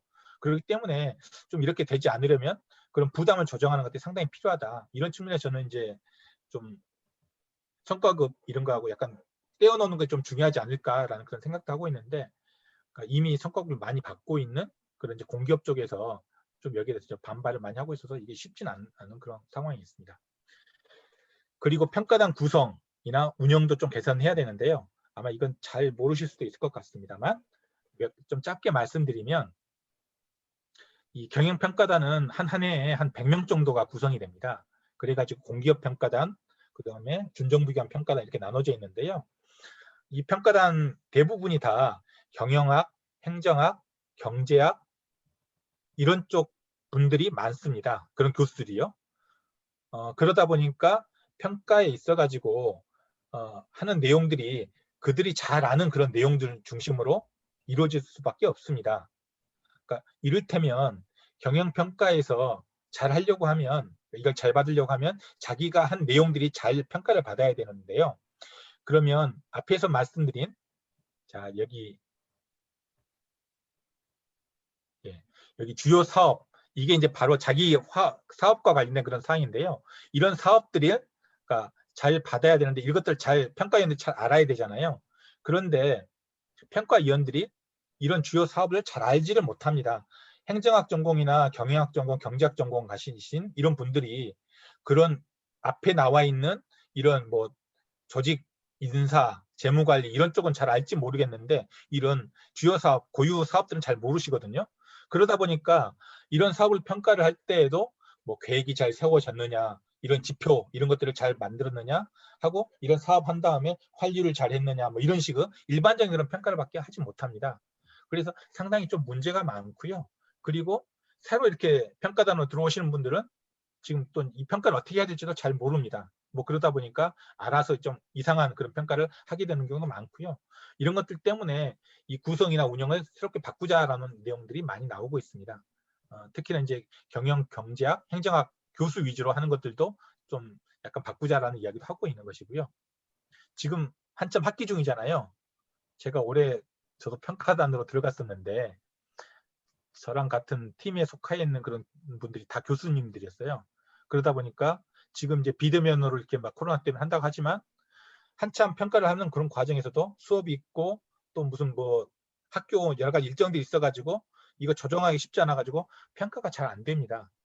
그러니까 기관 입장에서 보면 한 달 내지 이 사이에 자기가 한 해 동안 했던 여러 가지 사업들을 평가받는데 사실 거기에 전력을 쏟지 못하는 이런 측면이 존재하는 것이죠.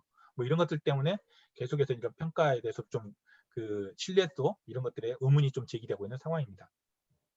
그리고 또 하나는 경영평가 실적 자체가 외부 변수에 의존하는 경우가 많습니다. 예를 들어 볼까요? 지금 작년 올해 다 코로나 때문에 지금 공공기관들이 약간 좀 많은 편차를 보이고 있습니다. 철도 같은 경우에 이것 때문에 또 관광공사 같은 경우에 외국에서 관광이 안 들어오죠. 그래서 실적이 상당히 많이 저하가 됐고요. 또한 이제 뭐 한국 청소년 수련원 같은 경우에 청소년 수련원은 이게 청소년 활동진흥원 같은 경우에는 그 전국에 있는 그 청소년 수련원을 관리하는 역할인데 사실상 작년 올해 해가지고 코로나 때문에 다 올스톱 됐습니다. 하는 일이 하나도 없는 것이죠. 그러면 사실상 평가할 수 있는 실적 자체가 없는 것이죠. 그러니까 외부 변수에 의존하다 보니까 이렇게 되는 것이고, 그러니까 코로나가 아주 악영향을 미치는 그런 기관들이 상당히 많은 반면에 또 긍정적인 영향을 미치는 기관도 있습니다. 어떤 기관들일까요? 이를테면 그러니까 옛날에는 대면으로 하던 것들이 비대면으로 많이 지금 전환이 됐잖아요. 그래서 온라인으로 한달지 그런 쪽으로 또는 전산과 관련된 그런 시스템을 이용해서 하는 작업들을 많이 하는 그런 기관들은 상당히 많이 이득을 받습니다. 오히려 하는 일도 많아지고 그만큼 많이 빛나게 될 실적 같은 거지. 또 하나 건강보험공단 같은 경우 아시죠? 건강보험 같은 경우에는 작년 올해 코로나 때문에 사람들이 병원에 많이 안 갑니다. 그러니까 병원비를 많이 안 쓰죠. 그러다 보니까 수가나 뭐 이런 것과 관련해 가지고 그만큼 많이 그러니까 쓸 일이 많이 줄어드는 겁니다. 건강보험공단으로서는. 그러다 보니까 이게 다 실적으로 연결돼 가지고요. 여기는 좀 좋은 성적을 받게 되는 것이죠. 뭐 이런 측면들이 존재하는 것이고요. 또 하나는 이제 평가 범위를 벗어나 가지고 평가가 이루어지는 경우도 존재합니다. 저는 이렇게 바람직한 경우라고 생각되지는 않는데요. 올해 LH 평가를 할 때 어땠을 것 같습니까? 아까 그 LH 땅 투기가 일어났는데 이거 4월 달에 발생했잖아요. 그죠? 3월 달인가요? 예, 그때 발생했으면 이거 작년 실적하고는 무관하니까 이 평가가 올해 평가는 작년에 있던 사업을 올해 평가를 하는 것인데 그러면 올해 이렇게 발생한 일들은 거기에 평가가 이루어지지 그러니까 평가에 포함이 안 돼야 되는데 근데 이제 그 국민정서 그리고 당연히 또 올해 이렇게 됐다는 이미 좀 악영향 여론 같은 게 있어가지고 이런 것들을 감안하지 않을 수가 없습니다. 그러니까 평가 범위를 벗어나가지고 평가가 이루어지는 것이죠. 그러니까 이거 이제 과연 그 바람직할 수도 있고 바람직하지 않을 수도 있는데 적어도 평가받는 입장에서 보면 좀 이런 것들은 이제 문제 제기를 할 수 있는 측면들이 존재합니다. 뭐 이런 것들 때문에 이걸 개선해야 된다라는 이야기가 나오고 있고요.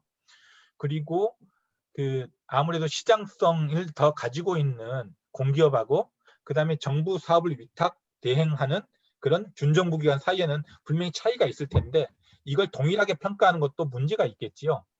그래서 적어도 이제 이거 공공성을 전제로 이 양자 사이 좀 평가를 좀 차별하는 것도 필요한데 지금은 현재 그렇지 않고 있는 그런 상황입니다. 가장 또 중요한 것은 이해관계자 참여나 투명성 이런 것들이 제대로 확보되지 않은 측면이 존재한다는 것입니다. 뭐 저는 뭐 평가가 어떻게 이루어지는지 어느 정도 알지만 여러분들은 아마 평가라는 것들이 어떻게 이루어지고 있는지를 어떻게 보면 오늘 처음 이렇게 들으신 분도 있었을 거예요. 그래서 이런 평가가 시민들은 물론이고 그러니까 실제로 그 공공 서비스를 제공하는 그런 노동자들도 사실상 이런 거에 그러니까 전혀 참여하지 못하고 있는 이런 측면이 존재하기 때문에 좀 이런 것들을 그러니까 참여를 넓힐 수 있는 그런 것도 필요하다라는 이야기 할 수 있겠고요. 또한 정부 정책이 무분별하게 평가 지표화되는 것도 좀 문제가 있습니다. 경영평가와 관련해 가지고 제일 많이 이렇게 그 법 개정안으로 올라오는 것들이 이런 것 저런 것들을 다 평가 안에 집어넣어 달라 이런 것들이 있습니다. 저는 이제 이런 것들은 좀 약간 문제가 있다라는 생각인데요. 무슨 말이냐면 평가는 말 그대로 좀 작게 자기가 하고 있는 일들을 평가를 해야 되는 것인데 또 그러지 않고 정부 정책들을 잘 하고 있는지 여부를 이렇게 묻게 되면 오히려 이제 그 평가가 산으로 가는 이런 측면을 전제할 수 있는 것이겠죠. 지금 현재 사회적 가치도 약간 좀 그런 식의 평가를 받고 있습니다. 물론 이제 분명히 안전이랄지 뭐 고용과 관련된 이런 것들 의미가 있다라고 볼 수 있겠지만 그러지 않고 뭐 자원봉사랄지 약간 무의미한 그런 활동들을 막 해가지고 이 사회적 가치를 높이는 이런 활동들을 전제하고 있거든요. 그렇기 때문에 좀 이런 것들 무분별하게 평가 지표화하는 것들도 문제가 있지 않느냐 이런 이야기가 나오고 있습니다. 가장 좀 중요한 것은 여기 이제 성과 연봉, 그러니까 성과급과 관련된 그런 내용인데요. 아마 저 교사들도 마찬가지인데 성과급을 받게 되면 기관 간에 차등을 줘야 되고 또 그다음에 기관 안에서도 각 직원들 간에 차등을 둬야 됩니다. 2배 정도 무조건 차등을 둬야 되는 것이고요. 이걸 균등 분배하게 되면 이것은 이제 또 이 페널티를 받게 됩니다. 그렇기 때문에 이제 안에서는 어떻게 할지 모르겠지만 그 적어도 내부적으로는 겉으로 드러난 것은 다 성과급을 차등 강제하도록 이렇게 돼 있습니다. 그리고 격차를 두게 돼 있고요. 뭐 그러다 보니까 아까 한 기관에서도 그리고 또 기관 간에서도 어떤 경우는 1,000만 원 정도 받는데 어떤 경우는 하나도 못 받는 같은 아마 공공기관들 간에 아무리 일을 뭐 열심히 하고 뭐 돈 적게 한다고 하더라도 이렇게 차이가 나는 게 과연 타당한가 그리고 기관 내에서도 이렇게 성과급 차이를 두는 것들이 적당하지 않다라는 그런 비판들이 있기 때문에 그 비중을 좀 더 줄이고 차등폭도 하향 조정하자라는 이야기가 나오고 있습니다. 저는 근본적으로는 이 성과급 자체가 노동 통제 기제로서 역할을 하고 있기 때문에 저는 평가하고 성과급 간의 연계를 좀 단절을 하고 공공기관이라 그러면 돈에 의해 가지고 그러니까 그 유인이 그러니까 좌우되는 것이 아니라 적어도 공공성에서 동기부여되는 이런 식으로 좀 바뀌어야 되지 않겠는가라는 그런 생각에서 성과급 자체를 좀 폐기하는 이런 방식으로 좀 가야 된다라고 생각을 하는데요. 여기에 대해서 대부분은 다 그러니까 성과급이 너무 많다 이런 이야기를 하면서도 성과급이 없어지면 야 공공기관이 과연 일을 하겠냐 이런 식으로까지 이야기하는 경우도 많습니다. 그래서 좀 여기에 대한 좀 인식 전환 이런 것들이 공공기관 직원들뿐만 아니라 좀 그 외부에서도 좀 필요하지 않은가라는 그런 생각이고요. 그리고 평가 주기는 이게 1년마다 한 번씩 계속 평가를 하는데 1년마다 평가를 하다 보니까 각 기관들로서는 장기적인 어떤 계획을 세워가지고 하기 힘듭니다. 물론 중장기 계획 같은 것도 보고는 있지만 이것보다는 그냥 안에서 그 평가 주기를 그냥 그 평가 주기에 맞게 단시일 내에 그러니까 자기 임기 내에 또는 1년 만에 뭔가 성과를 볼 수 있는 식으로만 그러니까 많이 하게 됩니다. 일을. 뭐 그러다 보니까 그 시야가 되게 이제 좀 협소하게 이제 되는 것이죠. 그래서 평가 주기를 약간 확대하거나 신축적으로 조정하자라는 이야기가 나오고 있습니다.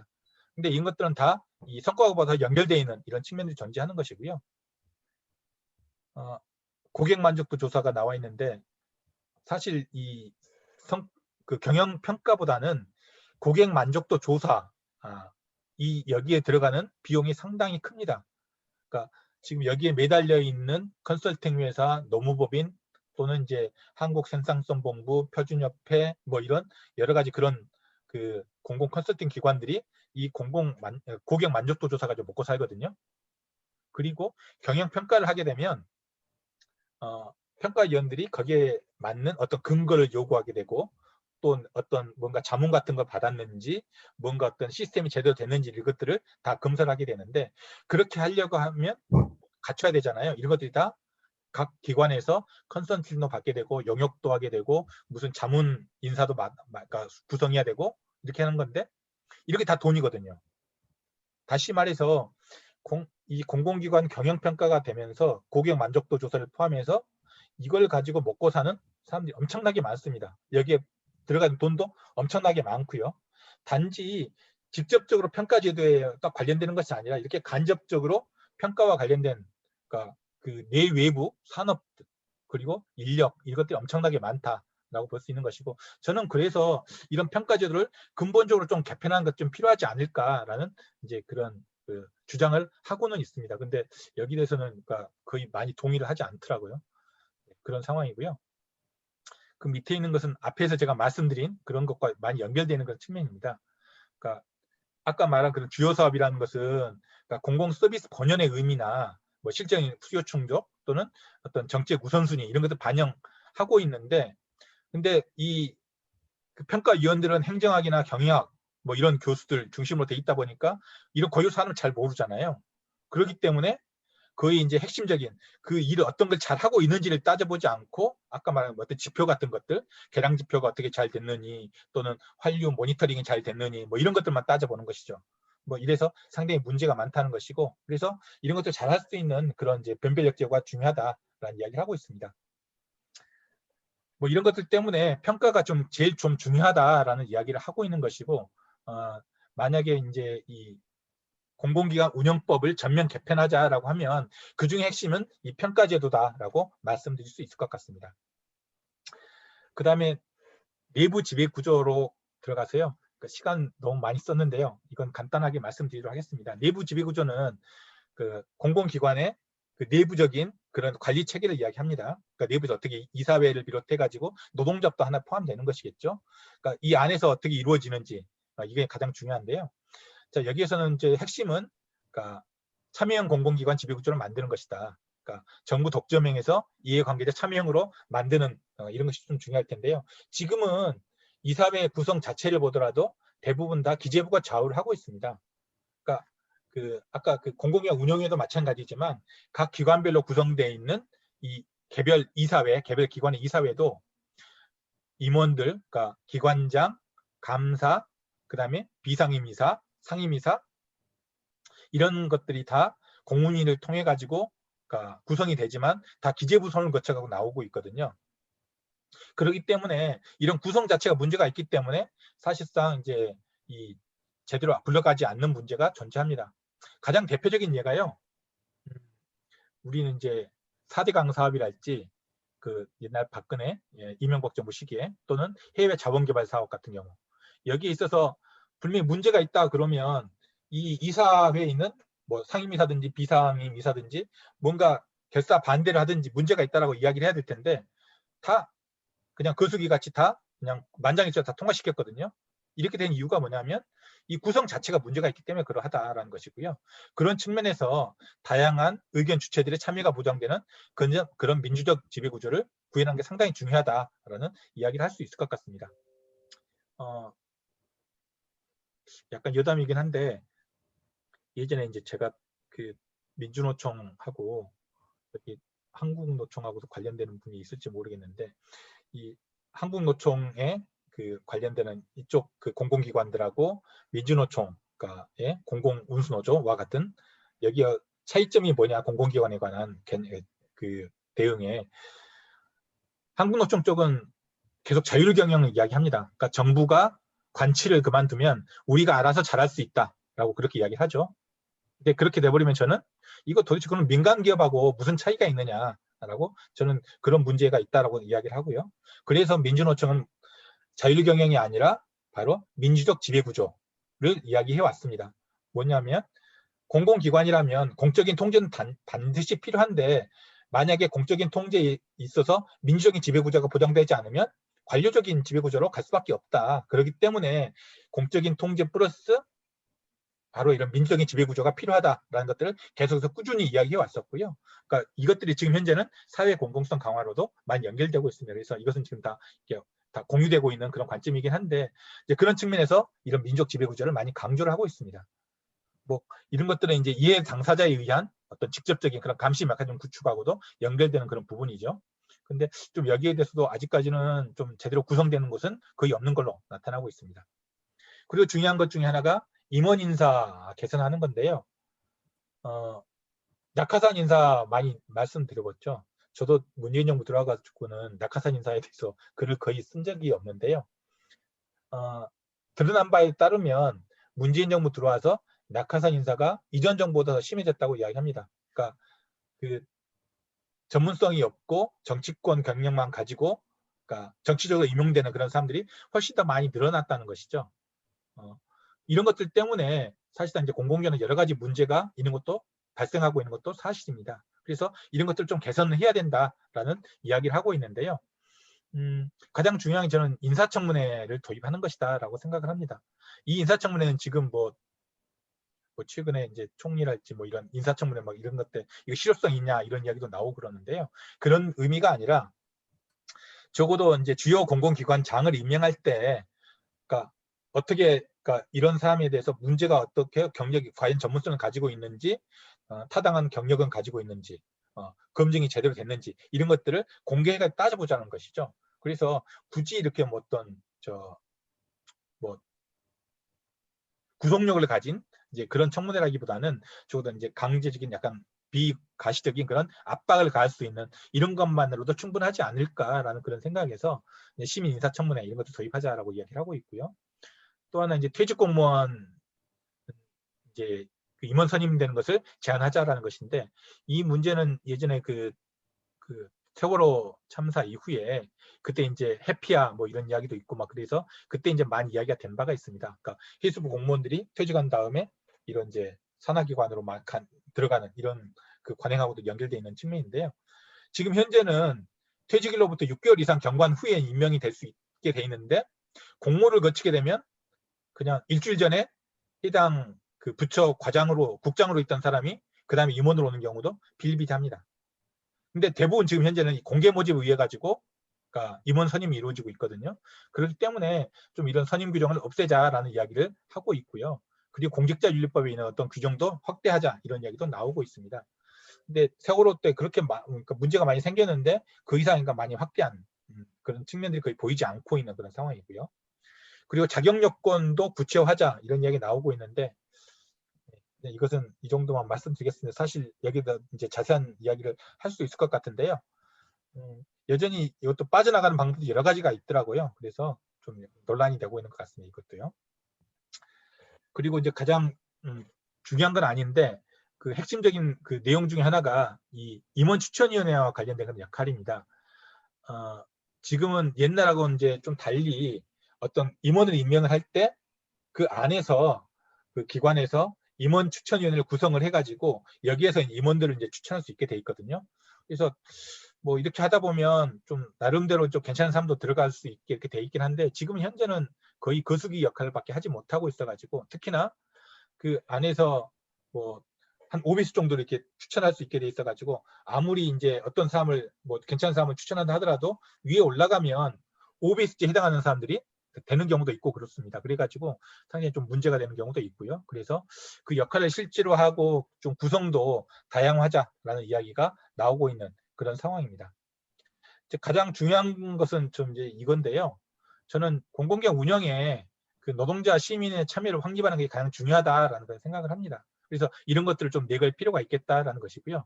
지금 그 공공기관 쪽에서 많이 이야기가 되고 있는 것은 노동이사제입니다.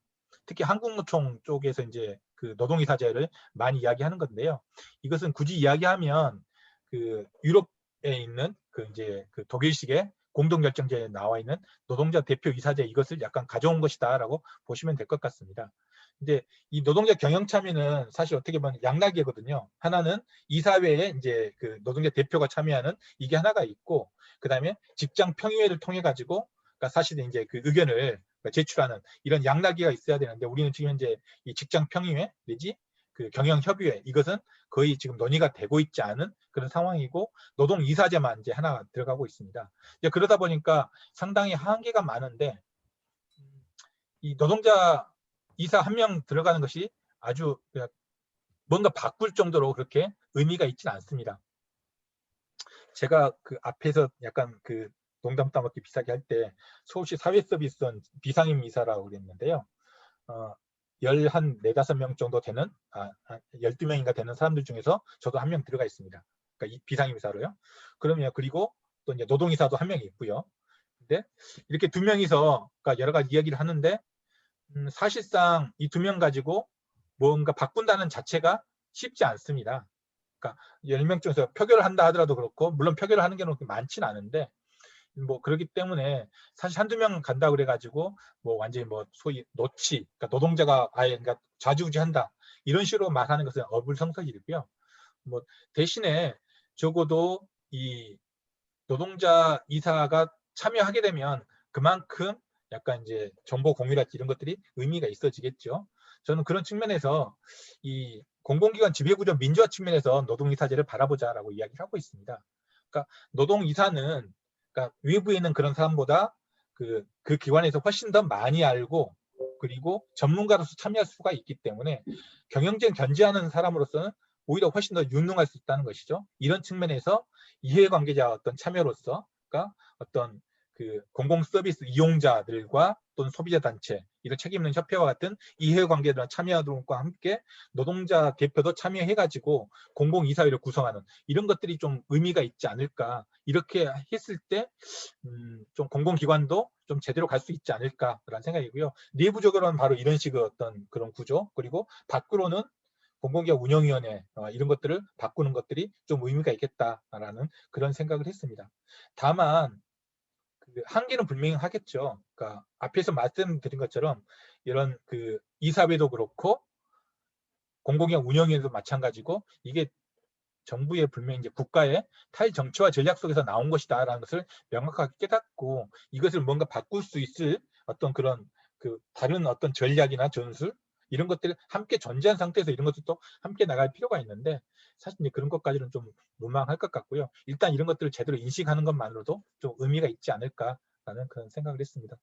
장시간 좀 많이 길었는데요. 뭐 이런 정도로 해가지고 좀 마치고, 좀 많이 질문도 많이 있으실 것 같은데, 질문과 좀 토론하는 그런 과정에서 더 많은 이야기를 나눌 수 있도록 하겠습니다. 이상 마치겠습니다.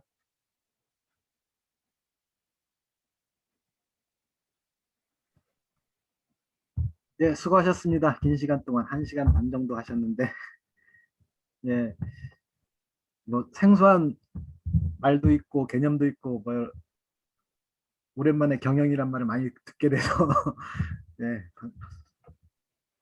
그 시간이 많이 흘렀는데 지금 8시 반이거든요. 한 10분 정도 좀 쉬는.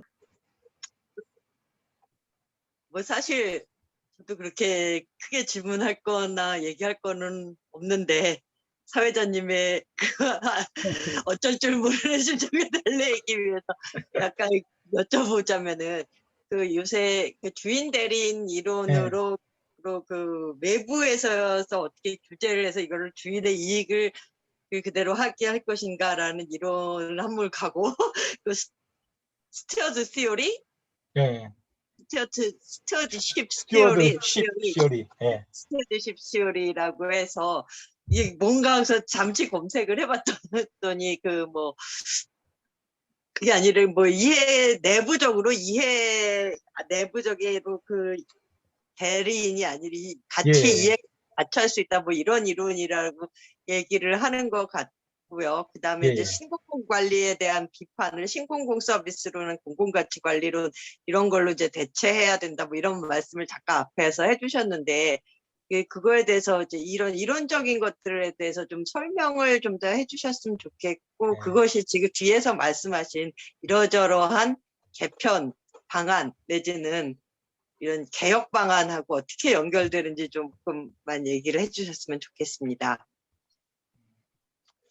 그거 크게 연결이 안 되는데요. 연결이 안 돼요? 따로 그 말씀을 드리면 그 예. 뭐 주인 대리인은 다 아시는 거니까 뭐 네, 아마 네. 예 그럴 것 같고 이거 스튜어드십 이론은 그러니까 굳이 이야기하면 이제 우리 번역으로는 청지기라고 번역을 하거든요. 그러니까 근데 굳이 이야기하면 집사 이론이에요. 집사가 뭔지 아시죠? 예, 그러니까 예. 집사가 그러니까 말 그대로 그 주인만큼 완전히 이제 그 자기 일을 다 처리하는 그런 사람들, 그러니까 그런 사람으로 돼야 된다라는 이야기인데 이렇게 하다 보니까 이 집사 자체도 약간 구태의연하잖아요. 그래서 야 이건 말고 좀 다른 식으로 하자라고 좀 많이 이야기를 하는데, 그러니까 이 스튜어드십 이론을 그러니까 우리나라 말로 좀 바꾸는 적절한 말은 그렇게 있지는 않을 것 같습니다. 네, 그런 것 같고요. 그다음에 신공공관리에 대응하는 약간 그런 그 NPM 말고 뭐 포스트 NPM이라고는 하는데, 그러니까 포스트 NPM이라고 해서 여러 가지 이론들이 많이 나오고 있습니다. 그러긴 한데 사실 이런 이론들이 그 신공공관리 완전히 벗어났느냐? 그런 경우는 그렇게 많지는 않아요. 이것을 약간 수정하거나 또는 거기에서 그래도 좋은 점은 있지 않느냐? 뭐 이런 것은 예. 그래서 약간 받아가지고 앉자 이런 식의 것은 있고, 이것 말고 완전히 대응되는 반대의 또는 뭐 완전히 질적으로 새로운 이런 이론은 이렇게 아직까지 이렇게 그 구성이 안 돼 있다라고 보시면 될 것 같고요. 그 뒤에서 제가 말씀드린 뭐 민족 지배구조 이론이나 이런 것들은 1910년도에 그때 이제 몇 군데에서 이야기를 한 거가 좀 뭐 이를테면 투명성과 뭐 민중의 참여랄지 이런 것들을 함께 접합해가지고 무슨 이론을 만들자라는 이야기는 있었는데, 이 공공기관과 관련해가지고 또는 공기업과 관련해가지고 이런 식 어떤 공공부문과 관련된 이론이 별도로 나온 것 같지는 않습니다. 그래서 사실 이제 그 특히나 이제 공공성과 관련해서 그렇고 공공 부분을 어떻게 바라봐야 되느냐, 그러니까 이것을 이제 소위 말하는 국가론이랄지 계급론과 관련해가지고 어떻게 볼 것이냐 여기까지 연장해가지고 살펴보는 사람들은 그렇게 많지는 않은 것 같고요. 다만 좀 그런 연장선상에서 그러니까 아래로부터 그런 참여 그리고 지방 그러니까 분권화 뭐 이런 것들을 강조하는 그런 이제 흐름들은 있는데 이것을 이론적으로 이렇게 뭔가 만든 이런 것들은 있지는 않은 것 같다라는 생각입니다. 신공공 서비스론이랄지 공공 가치이론 이것은 행정학이나 정치학 쪽에서 좀 나온 이야기고요. 근데 이것을 그러니까 그 실천적인 현장에서 이걸 받아가지고 어떻게 했다 이런 내용들은 있지 않은 것 같습니다. 그래서 이것들을 만들어내는 것들이 어떻게 보면 좀 과제다라고 볼 수 있을 텐데, 그러니까 굳이 이야기하면 그 올 초에 그 사회공공연구원에서 번역해가지고 펴낸 공공이 미래다라는 그런 책이 하나 있거든요. 그러니까 예. 거기에 PSIS, TNI에서 이제 만든 책을 그러니까 번역을 한 것인데, 그러니까 이를테면 거기에서도 여러 가지 이제 이런 그 공공 서비스가 그러니까 민영화돼 있던 것이 다시 이제 이렇게 재공영화되는 그런 여러 가지 사례들을 이제 좀 모아놓은 것이긴 하지만, 그러니까 그런 사례들만 모아놨지 이것도 이론적으로 어떻게 밝힌 것은 있지가 않습니다. 그래서 좀 그런 것들은 좀 만들게 되면 좀 의미가 있지 않을까라는 그런 생각을 하고 있습니다.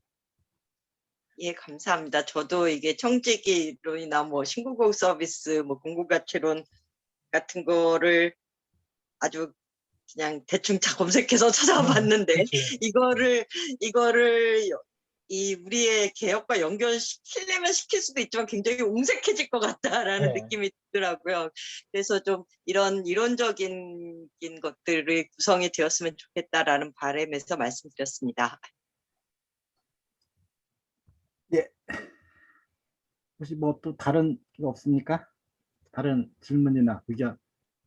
아까 이제 제가 가지고 있는 고민이라 이런 게 뭐냐면, 아까 제가 참여나 이해관계자 참여 뭐 이런 것들을 강조를 하긴 했는데 결국은 그렇게 한다 하더라도 결국은 위원회나 이런 데 관여하는 것밖에 안 되거든요. 근데 과연 그런 것들을 어떻게 볼 것이냐, 그리고 실제로 이제 그런 것이 아니면 또 어떤 식의 어떤 개입 이런 것들이 가능할 것인가. 그러니까 뭔가 옛날과 같이 어떤 고전적인 그런 혁명이나 변혁 이런 게 아니라 그러면, 그러니까 점진적 또 아니다라고 하면 뭔가 진지 구축은 필요하고 또 계속해서 좀 이런 것들에 그러니까 우리 나름대로 어떤 그런 것들도 필요하겠지만 적어도 그런 것들에 개입할 수 있는 것은 필요할 텐데 어떤 방식의 개입이 필요할 것인가 좀 여기에 대한 고민들이 좀 더 있어야 할 것 같다는 생각이 드는데 아직까지는 우리는 좀 그런 것까지는 좀 나아가지 못하고 있는 것 같다는 생각이 들어요. 그러니까 실제로 밖에서 비판은 그냥 쉽게는 많이 할 수 있는데 실제로 이제 만약에 이제 접점이 이루어질 때 그럼 거기에서부터는 어떻게 할 것인가. 대부분은 다 지금 현재 민주당 정권에 들어가 있는 여러 시민사회 인사들처럼 이제 그렇게 활동하는 이런 것 말고는 사실 뭐 딱히 뭔가 대안 같은 거 보여준 게 없어서 좀 그런 것들을 만들어 나가는 것들이 참 의미가 있지 않을까라는 그런 고민이 있습니다. 뭐 제가 예, 질문 저도 마찬가지로 이제 예, 하십시오. 아니요.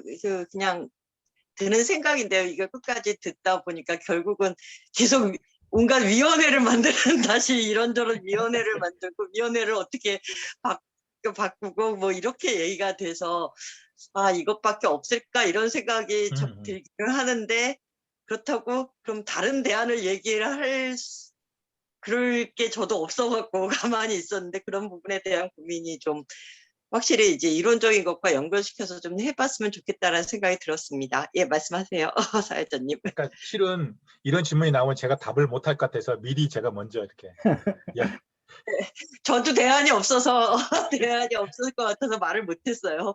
뭐라고 얘기를 하기가 좀 어려워서. 그 발제하면서 LH 얘기를 많이 하셨는데 예. 최근 그 LH 사태 관련해서 이제 그런 거를 이제 뭐 근절하기 위한 대책으로 뭐 LH를 해체하자 뭐 이런 얘기 그런 하고 얘기 이제 정부 이제 주택 해체하는 대신에 뭐 주택청을 다 통합해야 된다 뭐 이런 얘기도 있고 막 그런 것 같은데 그러니까 뭐 제 개인적인 생각은 그러니까 노동이사제 얘기도 하셨는데 저는 노동이사라 하더라도 저는 내부 관계자라고 생각하거든요. 외부 관계자가 아니라 외부. 그러니까 예. 그래서 노동이사 제도의 한계라는 게 뭐 수적으로 적고 뭐 이런 것보다도 내부 관계자라는 한계가 더 크지 않는가. 그러니까 예를 들어서 LH공사에 있는 노동자 대표가 그 이사에 참여한다 하더라도 그건 LH공사 직원이잖아요.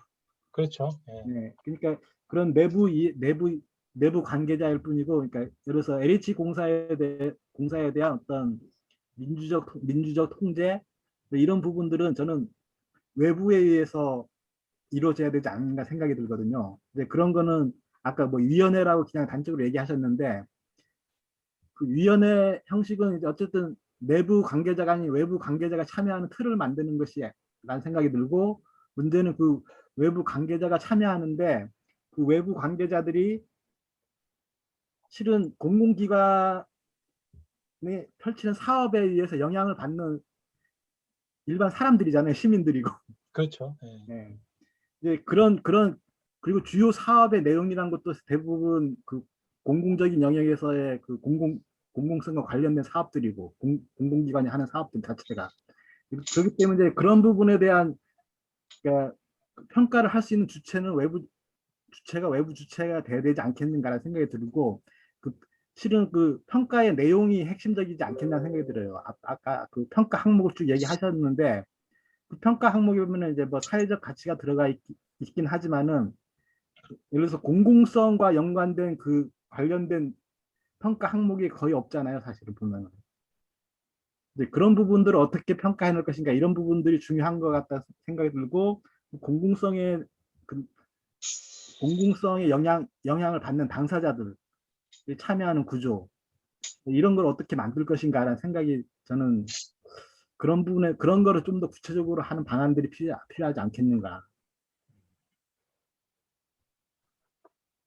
그러니까 저도 그래서 아까 노동이사를 주장하는 것 물론 관련된 글도 많이 쓰긴 했지만 그 한국노총 쪽에서 많이 주장하는 것이 저는 이것만으로는 쉽지 않다 하고 이건 좀 그 마타도로 좀 많이 당할 수 있기 때문에 그러니까 전체 그러니까 민주적 지배구조 안에서 어떤 하나의 참여 이렇게 생각하는 걸로 그러니까 좀 이렇게 이야기하는 게 필요하지 자기 혼자 이렇게 뭐 잘할 수 있는 뭐 노동이사만 이렇게 많이 늘리는 걸로 해가지고는 우리나라의 정서상 이게 좀 맞지 않다라는 그런 이제 이야기를 드렸던 것이고 다만 좀 그런 것도 존재합니다. 그러니까 초기에 약간 있다 말하는데요.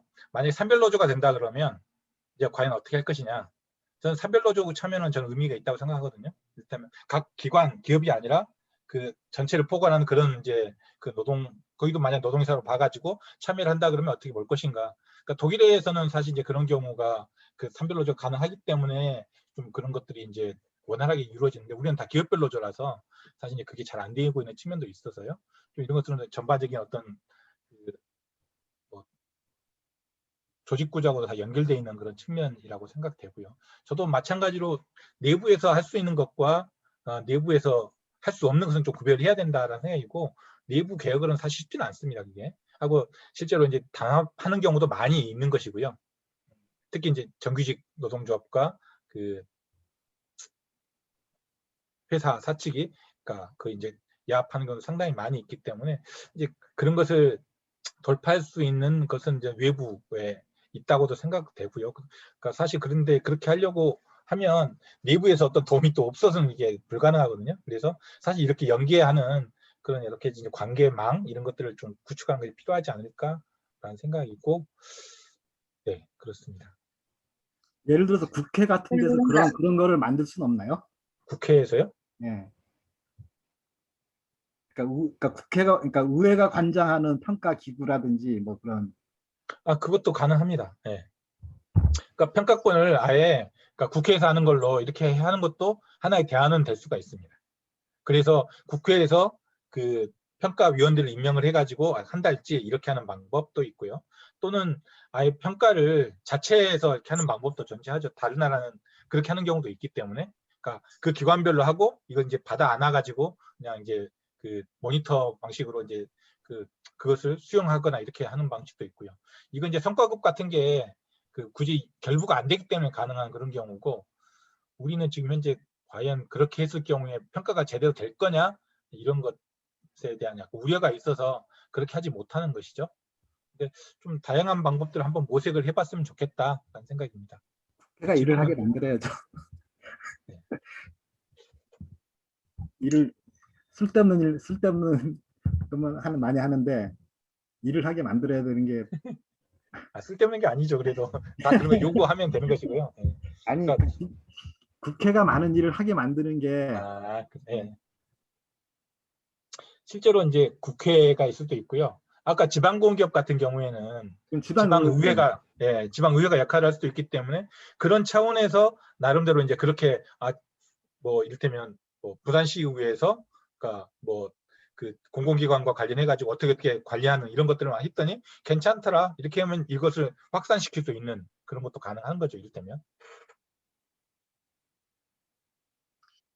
예, 혹시 뭐 또 그 공공기업이나 공공기관에서의 비정규직 정규직화 네. 과정에서 물론 이번 문재인 정부 때는 조금 다르긴 한데 그걸 정책적으로 얘기를 해서 하긴 했었는데 그 이전부터 사실 정규직화하라 이런 요구들이 있을 때 공공기관에서 제일 핑계로 삼았던 그리고 항상 얘기를 했던 것이 그 기재부의 통제 그러니까 예. 그 정원과 총액임금제 임금과 그러니까 정원의 TO의 통제 때문에 우리가 어떻게 할 수가 없다라는 게 항상 이제 핑계였었던 것이고 사실 뭐 문재인 정부에서 뭐 좀 이걸 정책적으로 추진한다고 하지만 그런 점에서 계속 이게 이제 마타도일 수도 있고 아니면 핑계일 수도 있고 사실일 수도 있는데 그런 것들이 문제가 되는데요. 그 기재부의 그러한 관리 정원과 그 총액임금제 관리가라는 게 비정규직의 정규직화에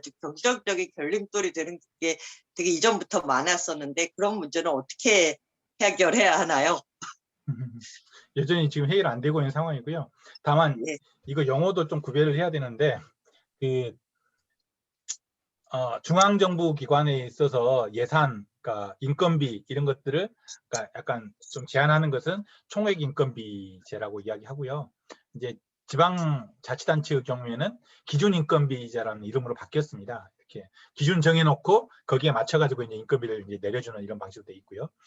이 공공기관에 있어서는 이것을 총인건비라고 합니다. 총액이 아니고요. 그러니까 총인건비라고 하는데 이 총인건비는 이제 말 그대로 그 한 기관에 있어가지고 한 해 동안에 쓸 수 있는 인건비 양을 다 정해놓은 거죠. 그래서 만약에 여기에서 100만 원이라도 오버가 딱 돼버리면, 그러니까 경영평가에서 총 인건비 관리 지표라는 게 있는데 이게 3점입니다. 근데 이 3점을 0점을 줘버립니다.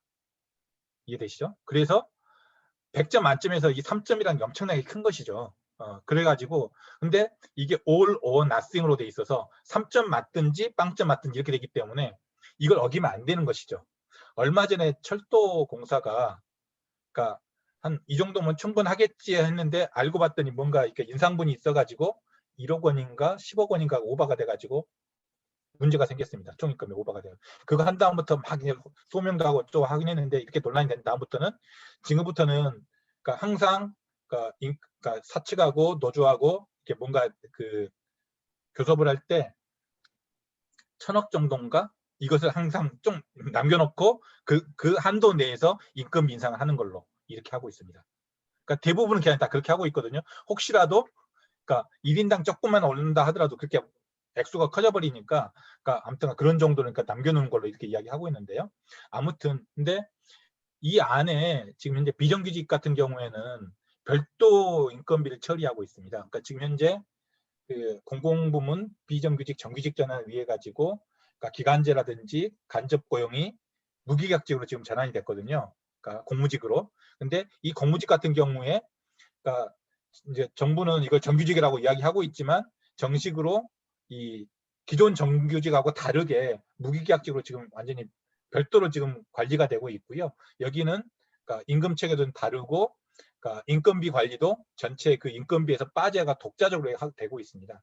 근데 이것을 이제 긍정적으로 보는 경우도 있고 부정적으로 보는 경우도 지금 현재 부정적인 경우도 많죠. 그러니까 여전히 그러니까 차별적으로 그러니까 다 이렇게 처우를 하고 있기 때문에 다만 이렇게 놔두게 되면 그만큼 이제 이 전환된 무기각직 같은 경우에는 그러니까 기존 정규직에 비해서 그 임금이 낮기 때문에 동일한 임금 인상률로 하게 되면 훨씬 낮잖아요. 그러니까 올라가는 비율이 낮기 때문에 여기는 이제 그 안에서 그러니까 독자적으로 좀 더 올릴 수 있는 여지가 있게 만든다는 점에서는 뭐 별도 인건비 관리가 뭐 의미가 있을 수 있는데 아직은 이런 그러니까 별도의 임금 체계, 별도의 직군 뭐 이런 식으로 돼 있어가지고 이게 차별이 어떻게 보면 이제 공고화돼 버리는 그런 측면도 존재하기 때문에 좀 문제가 있다고 생각되고 여전히 이 문제는 지금 해소되지 않고 있고 기재부도 별도로 지금 생각하고 있습니다. 그러니까 정규직 몇 명, 무계약직 몇 명, 간접 고용, 그러니까 기간 외 인력 몇 명 이런 식으로. 그래서 아직까지 그런 문제는 해소되지 않았다.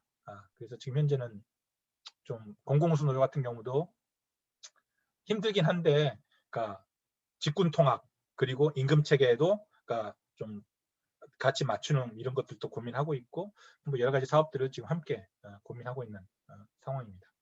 그런데 그거를 이제 통합을 해서 임금 체계를 같이 하고 하려면은 결국 예. 기재부에 달려 있는 거잖아요. 그 그렇죠. 기재부에 예, 맞습니다.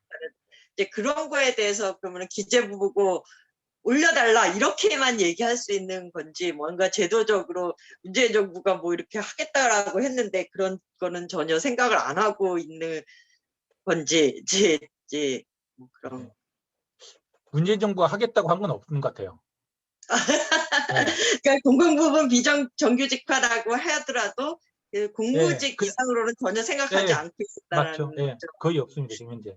그래서 다 그걸 기관, 통합하는 그러니까 이게 만약에 제대로 되려고 하면 기관 자율에 맡기는 것이 아니라 실제로 이것까지 다 이렇게 과정에 다 맡겨야 되니까 알아서 그러니까 좀 챙겨야 되는데 일단 정규직 그러니까 공무직으로 만들었다 하면 그걸로 끝인 거죠. 이제 그 다음부터는 오히려 이제 기재부 같은 경우에는 그 밖으로 드러나지 않은 지침 통해 가지고 전환된 그런 그 정규직 같은 경우는 다 임금 체계를 직무급으로 해라라고 이렇게 되고 있고 신설 공공기관도 다 그렇게 해라 이렇게 하고 있어서 만약에 이제 기존 정규직 같은 경우는 그렇지 않고 있는데 공무직은 이제 그렇게 해놨단 말이에요. 근데 이것을 통합한다 말은 직무급으로 통합한다 이렇게 돼버리니까 이제 이런 것들은 네. 정규직은 오히려 더 받아들이기 힘든 이런 상황도 되고 있고 예, 약간 꼬이고 있는 그런 상황입니다. 알겠습니다. 기재부는 아무튼 권유는 안 하고 있다. 그러니까 사실 공공부문 비정규직 정규직화가 실제로 실행이 제대로 되려면은 정말 뭐 천명한 것처럼 기재부에서 어떻게 했었어야 되는 게 아닌가. 그게 그렇죠. 아니면 너무나 한계가 명확했던 네, 거였고, 맞습니다. 그래서 기재부가 그러니까 그거를 해주지 서포트를 안 해주는 상황에서는 이 뭐 각 기관에서도 정말 뭐 노동자들의 투쟁이든 뭐 아니면 그 뭐 기관장의 선의가 있든 노동자들이 투쟁을 하도 너무 한계가 뚜렷한 것 같아서 좀 그 기재부를 압박할 수 있는 또는 기재부의 그런 통제권을 어떻게 이제 뺏어올 수 있는 뭐 이런 식의 좀 방법이 좀 논의될 것 같습니다. 그래서 지금 공공수노조 같은 경우에는 저 6월 말부터 6월 말 그때 기재부 앞에서 지금 또 몇 박 며칠로 지금 농성하고 아무튼 타격을 기재부 쪽으로 좀 맞춰놓고 이렇게 하고 있는 걸로 그렇게 알고 있습니다. 그러니까 예. 지금 그 정규직화 문제에 있어가지고 가장 핵심은 사실상 예산권을 쥐고 있는 기재부라고 볼 수 있을 것 같아요. 예. 예. 아주 활발하게 자주 잘 얘기해 주네요. 또 다른 질문이나 의견 없습니까? 저 혼자 떠들어가지고 예. 9시가 이제 넘어갔는데 긴 시간 동안 수고하셨습니다. 예, 그러면 이상 마치도록 하겠고요. 이제 다음 주 주제하고 발표자가 좀 변동이 되었어요. 제가 땜빵을 들어가게 됐습니다. 저 오, 땜빵 와. 전문이라. 원래 발표하기로 했던 분이 건강이 안 좋아서 이제 그 때문에 이제 발표를 못 하게 돼서 이제 주제는 비슷합니다. 주제는 플랫폼 노동과 관련한 주제로 이렇게 할 예정이니까 장기현님이 이제 하시게 됐습니다. 예, 그럼 다음 주에 또 뵙기를 바라면서 이상 마치도록 하겠습니다. 수고하셨습니다. 예, 예, 오늘 수고하셨습니다. 말씀 잘 들었습니다. 예, 들어주셔서 고맙습니다. 아유, 근데 저기 그 사회서비스원, 서울 사회서비스원. 예, 저 마치고요. 이 개인적인 질문입니다. 괜찮습니다. 사회 여기도 공공기관이니까 뭐. 그 사회서비스원 비상임 이사예요? 예. 몰랐네. 그걸 진짜 모르셨습니까? 개인적인 질문이잖아. 아니 저 돌봄 관련한 그 기관이죠, 그거. 예, 맞습니다. 예. 어, 그러니까 저 요양보호사 활동 네, 지원, 예, 그다음에 또 보육 다 포함하고 있는. 예, 나중에 한번 저 여쭤보러 갈게요. 뭐 굳이 여기까지 오실 필요는 없는데. 예, 수고하셨습니다. 말씀 잘 들었습니다. 저 예. 김철님, 제가 그 사회서비스 관련해서 네, 혹시 7월 달에 네. 잠깐 시간 좀 내줄 수 있으세요, 혹시? 무슨 문제로요? 아니, 다른 분들은 나가셔도 됩니다. 이렇게. 끝. 그 사회변형 노동자당에 그 예, 돌봄 사업 팀이 있는데 예. 여기서 이제 사회서비스원 관련해서 좀 아주 구체적인 상황이나 이런 얘기를 좀 들을 수 있는 사람이 있으면 좀 들었으면 좋겠다 해서 가능하신지. 지금 그런 쪽으로 요새 사회서비스원 법이 통과가 되긴 하는데 지금 약간 애매하게 막 돼 있어. 그 논란이 굉장히 많던데요. 예, 논란 엄청 많아요. 뭐 발제문 준비하고 뭐 그럴 필요는 없으시고 그냥 예. 궁금한 거 있으면 있으면 물어보고 답하고 뭐 이런 줌으로 이렇게 해도 돼. 제가 그렇게 한 영향이 될지 모르겠는데. 그래도 제일 잘 아실 테니까. 예?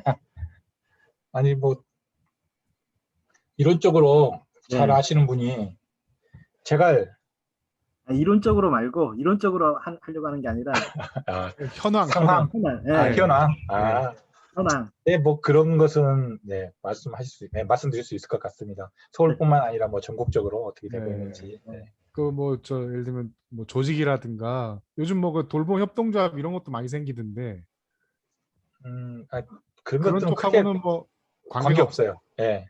그냥 요양보호사 이쪽만 그 주로 요양보호사, 뭐 장애인 활동 지원사, 예. 그다음에 또 저 사실 이제 보육, 학교 어린이 비정규직 관련해 가지고 학교 돌봄 뭐 이런 것들도 약간 관련이 되는데 사실 이것도 좀 애매모호한 측면도 있고 그래서 이것 좀 복잡해요. 거의 관련된 논의가. 예, 그러긴 합니다. 굉장히 지금 제한적이네요. 그러니까 공공기관 음? 공공기관 돌봄 지원 사업의 일부에 아주 해당되는 일부죠. 그런 거죠. 그러니까 왜냐하면 이걸 다 포괄해 가지고 사회서비스원이 하기 못하니까 예, 그러니까 사회서비스원은 사실 그 중에서 일부만 지금 해당해 가지고 하고 있는 예. 것이거든요. 예, 그러니까 아까 말한 대로 사회 서비스라고 하면 엄청나게 범위가 넓긴 한데 이걸 다 포함해 가지고 할 수는 없고 그래서 그 중에서 일부만 하고 있는 그러니까 이것도 각 지역마다 좀 달라요. 그러니까 포괄하는 범위가 어떤 데에서는 이를테면 저기 대구인가 여기에서는 저 장애인 활동 지원 사는 또 포함 안 시키고 막 이렇게 논란이 있었고 예. 뭐 이런 데도 있고 또 그다음에 이제 지자체마다 조직 막 간 달라갖고 예, 조직 간이 또 갈등 뭐 저기 서비스 연맹 이쪽하고 공공수노조하고 이렇게 갈등 막 이것도 있고 일반 노조하고 뭐 계속 그러니까 민주노총 내에서 갈등과 한국노총과 또 민주노총 사이 막 이런 것도 여러 가지 꼬여 있는 게 있어가지고 이것들을 좀 풀기가 쉽지 않은 그런 상황이죠. 지금 다 전국적으로. 한번 연락 드릴게요. 알겠습니다. 그거 하면 네. 저도 공부해야 되는데. 알겠습니다. 아무튼간 뭐 네. 7월 정도면 뭐 네, 네, 네, 네, 오늘 알겠습니다. 잘 들었습니다. 예. 네, 수고하셨어요. 네. 네.